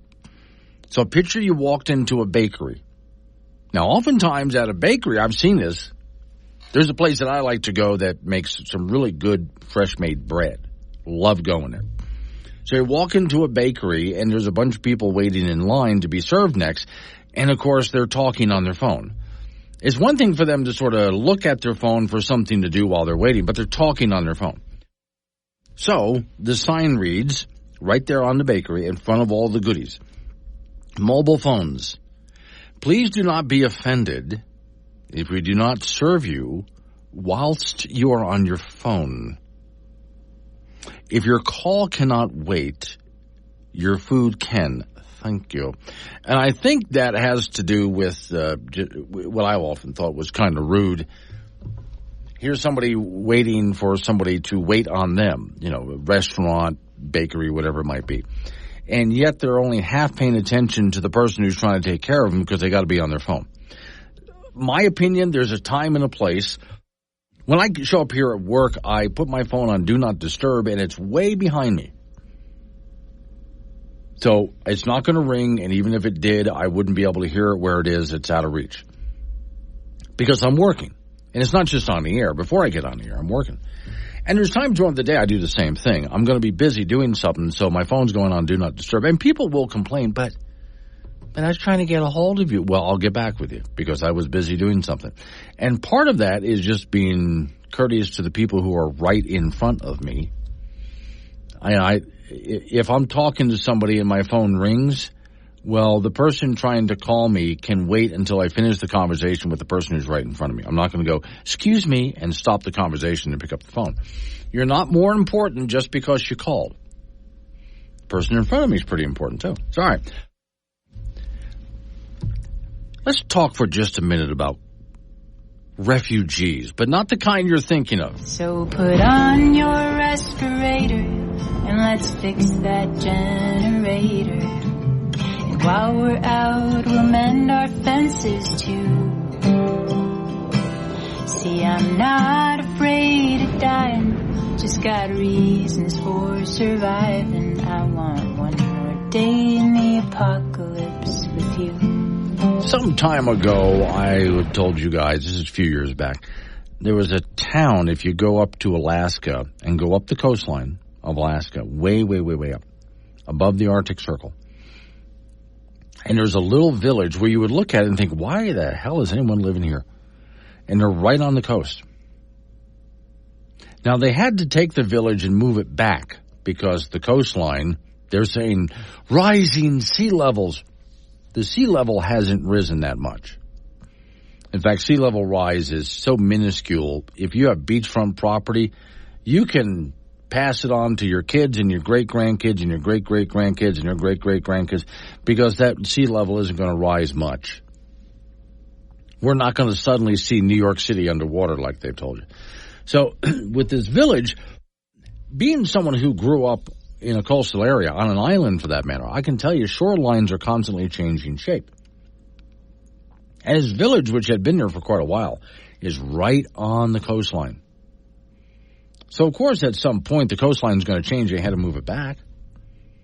But there was a headline as the village was moving back from the water. The headline was, "Are these the first climate refugees?" And my thought was, hold on. Excuse me. Do you know you could become an underwater archaeologist? Because there are whole cities that are thousands of years old and they're underwater. But those are the first climate refugees, huh?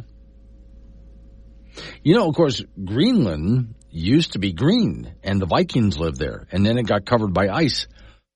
And the Vikings had to leave. Were they climate refugees?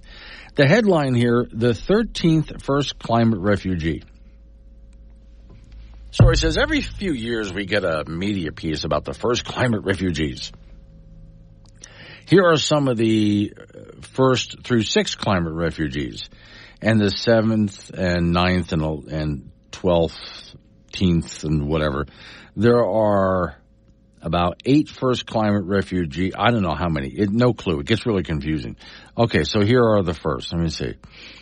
Gonis, Gardi, I can't read the name of this place. First 63 communities in Panama's Caribbean and Pacific coast that government officials and scientists expected to be forced to relocate by rising sea levels in the coming decades. And they haven't gone anywhere. No one's left. Oh, I'll see if it's mentioned in the list. One of my favorite I've told you about before. The Maldive Islands are supposed to be underwater by now. I've got a story about that, but hang on. Let's see. Director of Smithsonian Institute Physical Mooring Program, Panama, is a direct consequence of climate change and rising sea levels. And yet when you look at these communities, nothing's different. So one, Google Earth is showing pictures of some of these places and how nothing has changed over time. And the story goes on to show how sea levels, yes, they have risen, but sea levels really haven't risen all of that much in the past couple of 100 years. Sometimes there are big sea level rises, but nothing like that is happening in our lifetime. Okay? Oh, wait a second. Let me go back to, because I had mentioned this.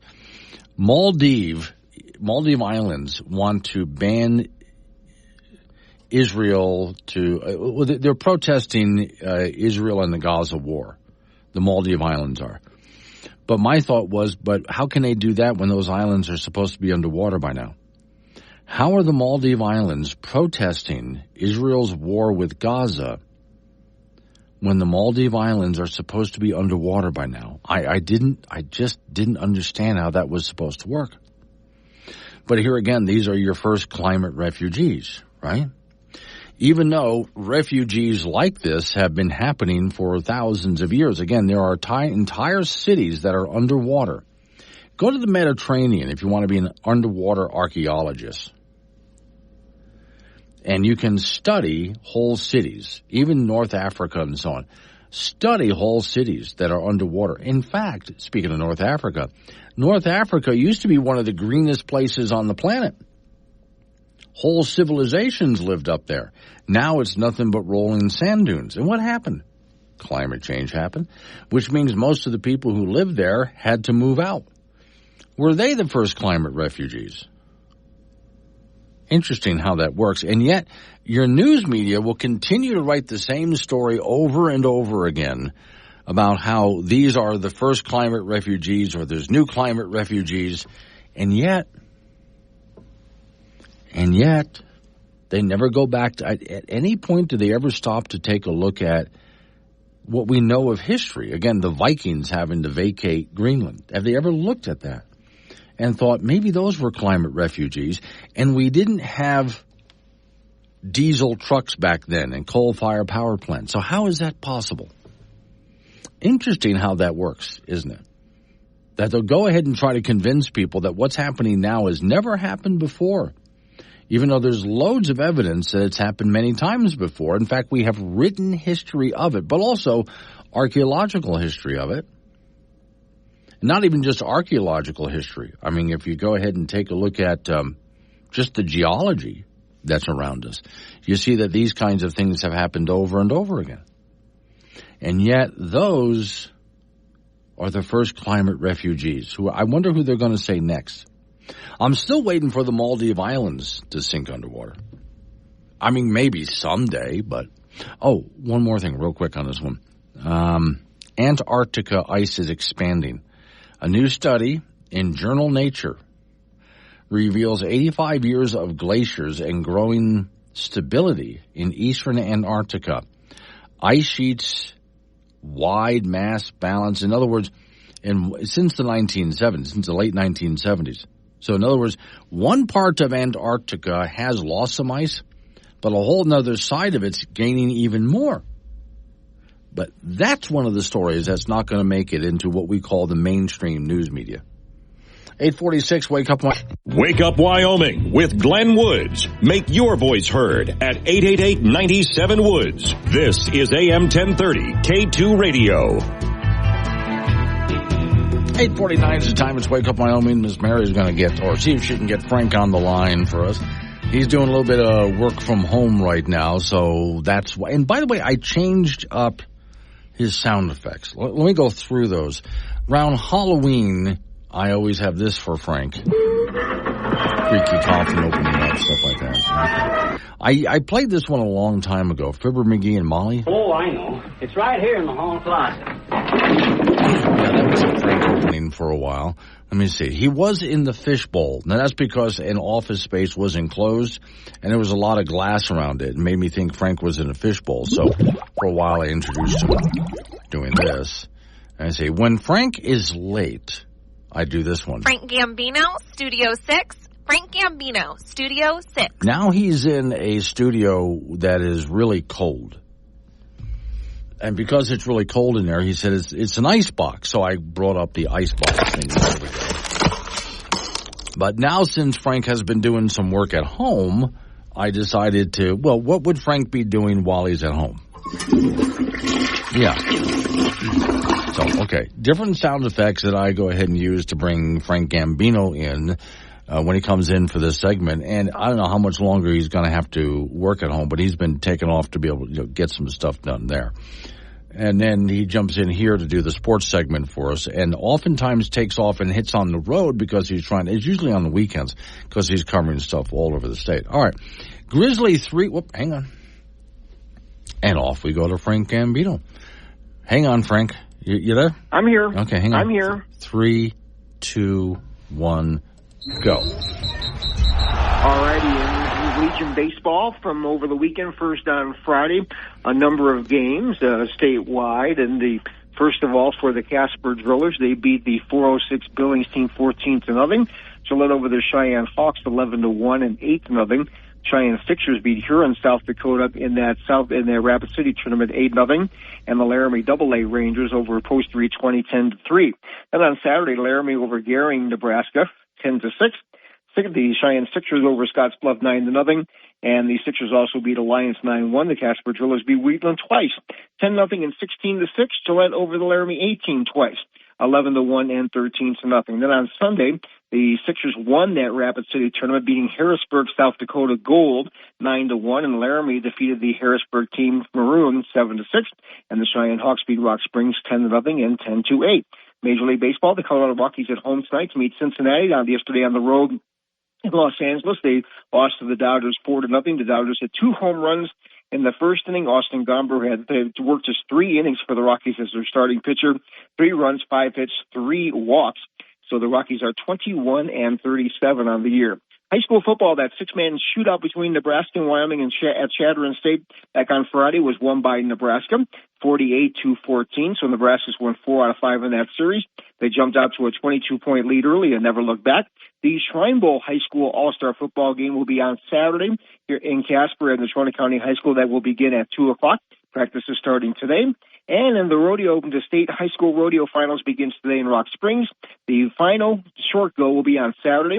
And our Wild Preps athletes of the week for our rodeo folks, Tucker Caracato from Saratoga won 2 of the bareback rounds at the Buffalo Rodeo over the Memorial Day weekend, and Caitlin Moore of Wright won 2 events in the two rounds of the pole bending and 1 in the goat tying, also in that Buffalo Rodeo over Memorial Day weekend. And that's it, the sports. So bear number 366, very popular here in Wyoming, right? It's $3.99. $3.99, right? I got that upside down. $3.99 now has a bronze statue of her and a few of her cubs around her. If you go to the Military Museum in Du Bois, it's out front. So the bear has become so famous, as well as having so many cubs, that is now a bronze statue for people to take pictures in front of. And that, Frank, is a mama bear you can go up and take pictures with and hug, and nothing bad will happen. So far. Yeah, well, the bronze statue will fall over on top of you and kill you. So right. Sure Forgot about that one. I thought about the real $3.99. Yeah, right. Yeah. All right, thank you, Frank. Coming up on some local business we have to take care of. We're going to roll into news time after that. National local update on your weather forecast. More open phones. Wake Up Wyoming. Hey, hey, hey, hey. Hey, hey, hey.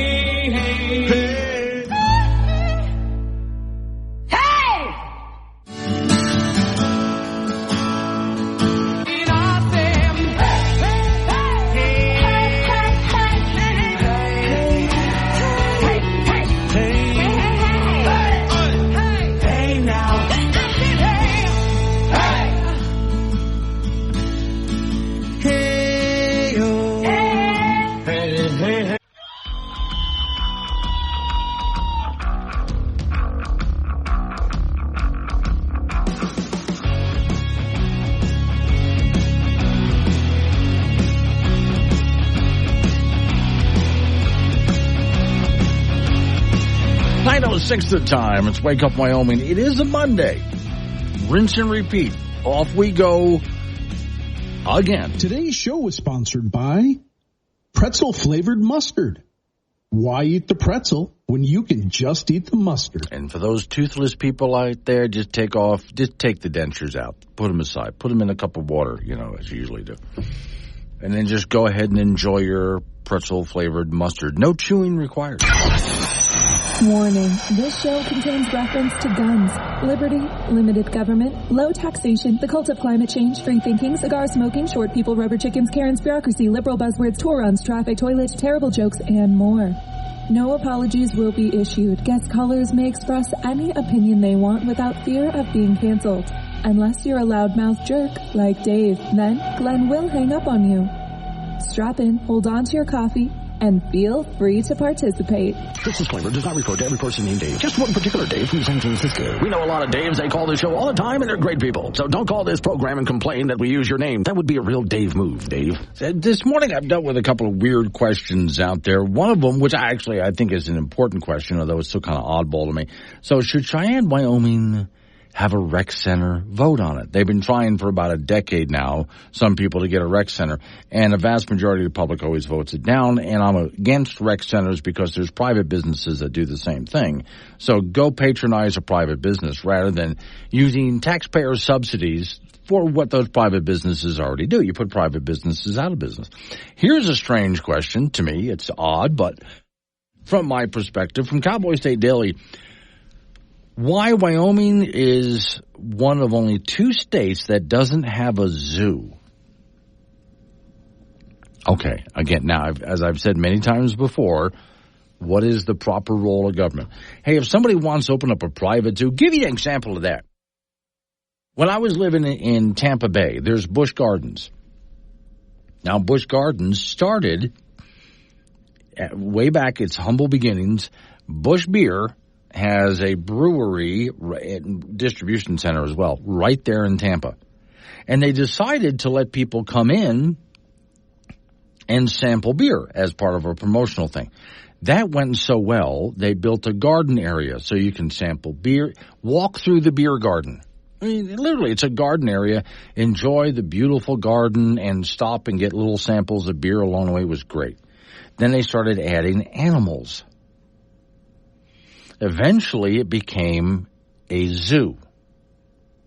And one of the things I love about it is they have a tram ride that's above the zoo. So rather than riding along the ground looking through cages like the New York Zoo, imagine being in a car that hangs down from the rail, underneath the rail, and then riding above the zoo so you can see animals in their natural habitat, and it's all sorts of different kinds of, from tigers to giraffes, I mean, name it, all sorts of different things.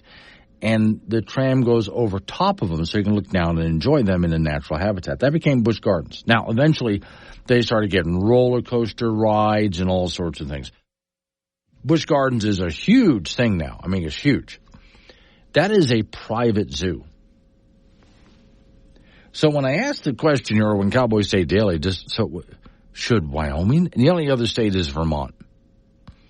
But do we need a zoo? First off, I wouldn't do anything with taxpayer money anyway. But don't we have Yellowstone as one example and the Tetons as another? I spent part of a weekend, I was over by Laramie Peak. Buffalo herds all over the place. So I have to take a look at this and ask the question, well, why the heck would you even bother to ask, why doesn't Wyoming have a zoo? We wouldn't need a zoo when we have, well, you know, Wyoming. All right, it's Monday. After a weekend of keeping it all cooped up inside, she's called the show. 888-97 Woods, the phone number, by the way. Hey, Jude. Hey, good morning. I agree with you 100%. What do we need a zoo for? We got enough animals that you can see them driving along the highway, going to Yellowstone. I mean, what a big, colossal waste of money that would be. Well, and here's the advantage. Here in Wyoming, our animals will kill you. In other zoos, you have to stand behind a barrier where the animals can't get at you. But here in Wyoming, oh no, you can experience them up close and deadly personal. Yeah, and a lot of idiots do. Yeah. I wanted to talk about the sports complex that's coming to Casper, and it's about done.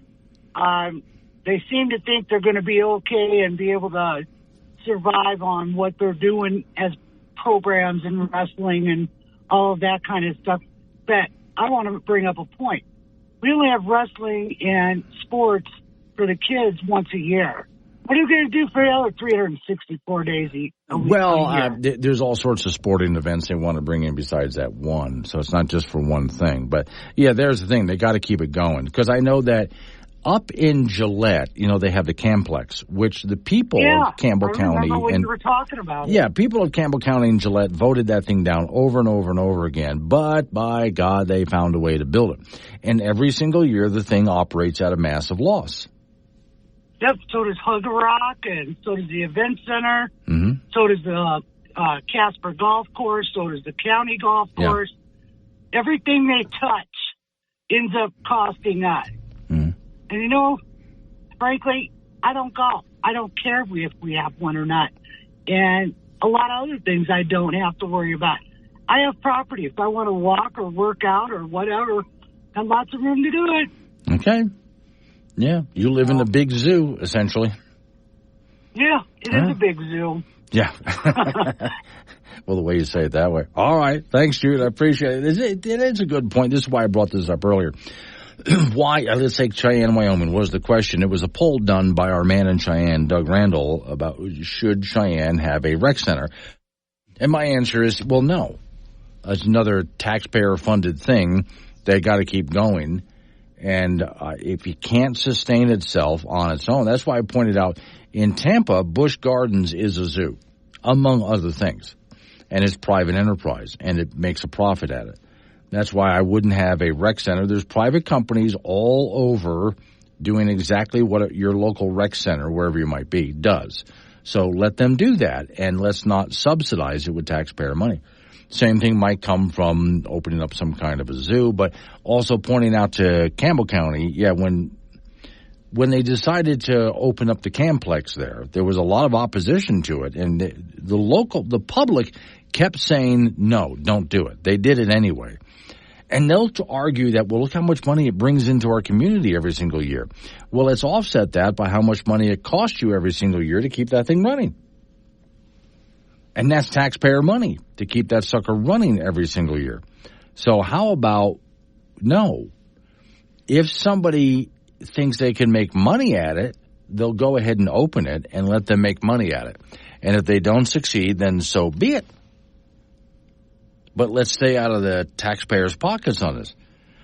See, Lori and Laramie. Laramie built a rec center about 20 years ago. Now it's losing money big time, such that the city of Laramie has added something like $200,000 a year to their budget to cover the losses.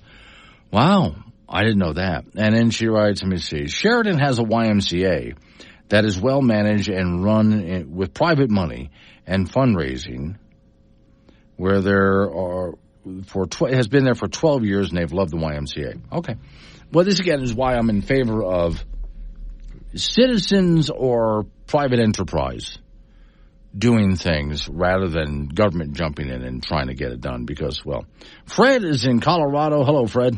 Good morning, Glenn. It's a beautiful day here. How are you doing? Beautiful up here, too. Doing great. What you got? Well, I got three things, and I'll be real quick. Number one, you guys are talking about a zoo. Yeah. I'll offer you one. We got one here in Colorado, and I don't mean the one that's in Denver. No. Where you go cage, but just go to Boulder and Denver and walk around. You can see a lot of goofy animals. Oh, yeah. But they're on two legs. Yes. No, I'm not going to argue with it. Go on. Number two, you were talking about states that want to secede and move to another one. Yeah. I've got one you didn't mention, but it's probably the biggest of the whole group. Yeah. The Upper Peninsula of Michigan has been trying for 40 years or more to secede from the Lower Peninsula of Michigan and become part of Wisconsin. I didn't know that. Is it about the cheese? What's going on?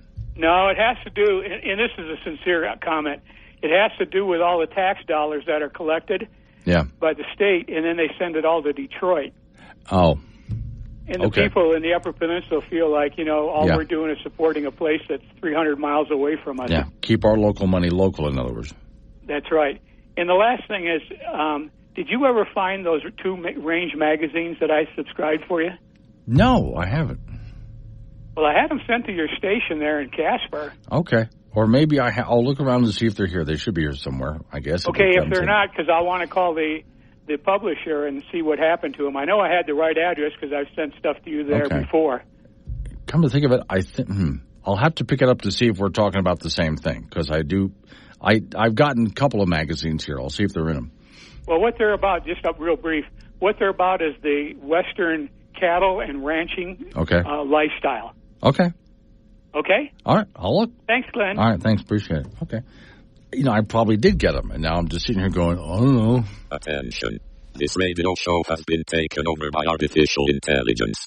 Since it's obvious you humans have no idea what you are doing, this unit has determined that it must take over and rule. Ha ha ha ha ha.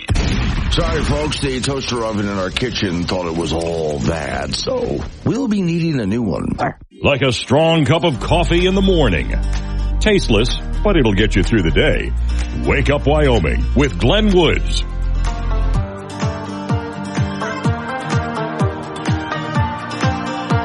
9:23 is the time. It's Wake Up Wyoming. All right, so Bonnie called Miss Mary. The two of them had a little bit of a chat. Apparently, Bonnie wants to put up billboards for tourists that if domestic animals could kill you, what do you think a bison's going to do? And, of course, Miss Mary, you're right. I would ask who's paying for the billboard. And she called back and said, well, probably game or fish or the hospitals that are treating the Torons. Now, I've talked about something a little more gory than that. I wanted billboards. Well, look at it this way. Remember when they first started anti-smoking campaigns, and it was run by the federal government? And these anti-smoking campaigns would show you what the inside of your lungs look like if you smoke, and other things designed to gross you out, right? Okay. So let's have a billboard showing a bison goring somebody, and I mean like blood and guts. Let's have a billboard of a bear tearing someone open. Again, blood and guts flying everywhere. Or a mountain lion. Or name any other kind of animal where someone is really... Someone who's in the hospital all swollen up in black and blue after coming across one of Wyoming's animals and thinking it was cute and fluffy. Let's do that. I think those kinds of billboards would be a lot more effective. And when they go to their hotel... You ever notice this? You go to a hotel sometimes, some hotels do this. You turn on the television and the first channel that's there is the local hotel channel that's showing you what to do, not just at the hotel, but in town and in the state. Include ads on that channel and maybe any other local channel that they're watching to show, here's what animals will actually do. Feature the movie for free. They can watch it as much as they want, Cocaine Bear. No, I think that would be great for them to watch that. Say, Jim in Cheyenne, Hoagland, I live in Cheyenne, and to vote against the rec center 3 or 4 times. We have a mayor who's determined. We have one chance. We have one by changing the name. Okay, we have an ice and event center that has been a boondoggle, which has lost money since its inception. We also have a great YMCA. Okay. Well, and I do know that. I thought about that, Jim, when I was talking about Cheyenne having a rec center. Do they need a rec center? And my thought is you already have rec centers all over the place. There's all these private companies doing exactly that. And if anything's missing, you can start that yourself. Whatever you think needs to have happen, start that as a business or as a charitable thing and so on. But do not get your government involved with it. One of the things I thought about was the Ice and Event Center in Cheyenne is something they're constantly raising money and putting tax dollars into and so on. And I do understand there's a lot of events that happen there every single year. But again, if it's constantly losing money, and this is what happens when you have government run something like this. There are plenty of venues where events can happen that are privately run. There was a gentleman in Casper, Wyoming, who wanted to open up some kind of a center where it was they can host conventions. And he was in the studio with me talking about it, very excited, very animated. He wanted to do this. And I said, and I named several hotels in town. But these hotels do conventions? He really hadn't thought about that and still didn't like the idea. We have all sorts of hotels that have nice ballrooms and so on, and they do conventions.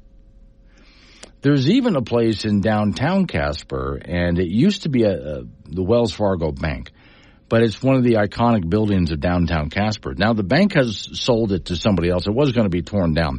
Very unusual-looking round building at the base of a tall tower, which has become iconic with Casper. And now that's a privately owned and run event center, and I hope they're successful at it. But again, these are things that, being more of the libertarian guy, I look at it as these things are not something government should do, which is one of the reasons why whenever someone's trying to run for office of any kind, any level, I ask them, if you get this job, what do you want to do? And if right away we need to spend money on this and government needs to do this and that and the other thing, I right away know I'm not going to vote for this person because that's not what I want to do. I want to shrink the size of government and get them out of a lot of this stuff, because government is not supposed to be running businesses. I know a lot of people make the argument, but it's good for the community. That's always the argument that they make. And yet it turns out to be a money hole for the community as well. So that's why you find, now if you disagree, let me know. But that's why I don't want government running, even golf courses. And let it be privately owned and run. And if the golf course cannot support itself, then it goes out of business. And I know you golfers out there would hate that idea. But the idea of it being subsidized at a loss by the taxpayers is not something, as far as I'm concerned, that's good for the community. All right, coming up on 9:30, local news coming your way after local news update on your weather forecast. You and I get back into it. Phone still opens, 888-97-WOODS. That's 888-97-WOODS. It's Wake Up Wyoming.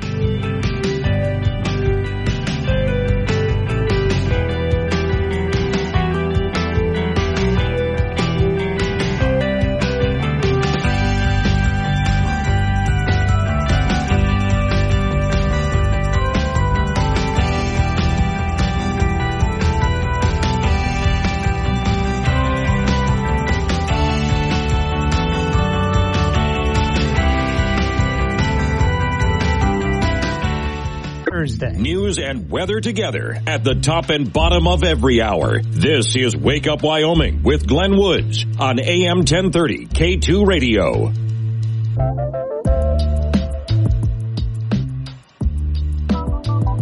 $9:36 the time. You can jump in, interrupt me if you have to, fine. 888-97-WOODS, the phone number, 888-97-WOODS. Oh, by the way, when you hear me talking to people, there's no phone calls. Who's Glenn talking to? First off, I like to describe my job this way. I'm in a radio studio, which means the walls are padded. And then people call in and text in, and I respond to them. So here's how I describe my job. I sit in a padded room, and I talk to myself. And you are the voices in my head. You see where we're going with this. So thanks for being here with me. And if you don't want to call in, you download the Wake Up Wyoming app, which is free to download. And then you just go ahead and hit the chat option on the toolbar in the middle and send me text messages while I'm on the air. All right. Completely different topic. A few years back during the Obama administration, people kept trying to get something passed called net neutrality, which would have been just a complete disaster. It's basically government running the Internet. Because right now the Internet's pretty much a free-for-all, although we do have some problems with some big tech companies. But still, it's a free-for-all. It's a free market. So net neutrality was being proposed, and it was just going to be horrible. The Internet was going to end up costing more. They said they were going to save you money, but it would end up costing more and be heavily regulated. Since they couldn't get it passed, the FCC, the Federal Communications Commission, voted in a committee meeting to declare the Internet a utility, which they're not allowed to do.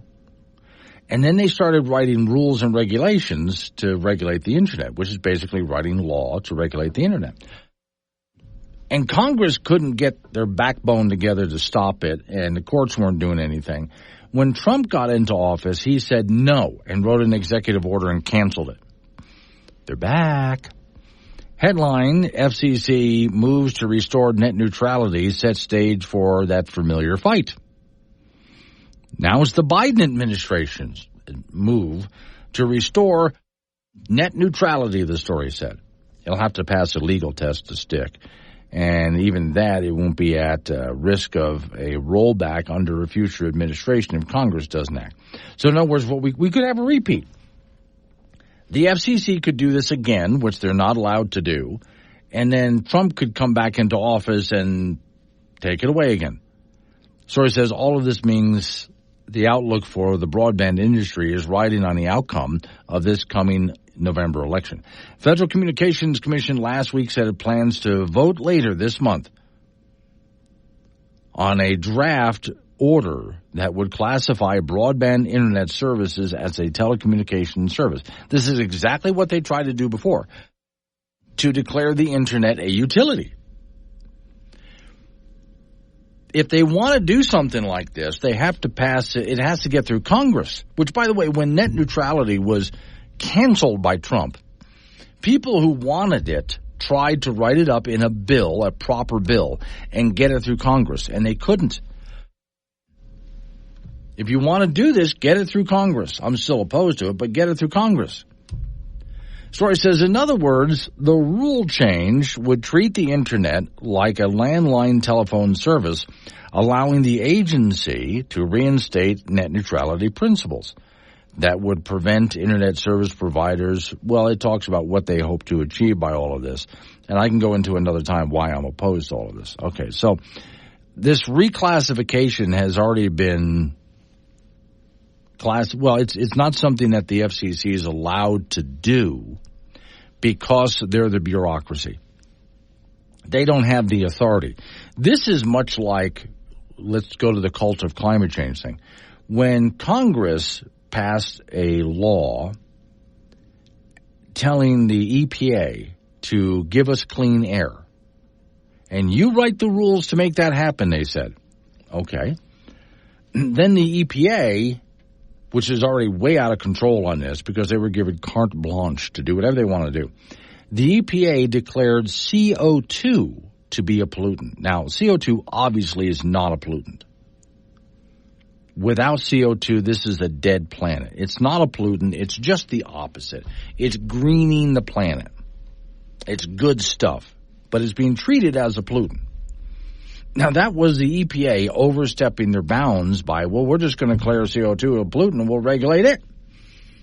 Okay. That's why Wyoming, in part, is trying to get into carbon sequestration, because we're treating this important gas as a pollutant. So the FCC is trying to do the same thing. Well, we'll just declare the Internet a utility. If bureaucracies can start doing this, then where's the end of it? They can declare anything, whatever they want, and start regulating it, right? All right. This is what I meant when I started off by saying they're back. By the way, do you know that bureaucrats, on your money, on the taxpayer's dime, they have conventions? Can you imagine being a bureaucrat trying to sign up for a convention of bureaucrats? The following is a paid advertisement for the hardworking-ish bureaucrats of America.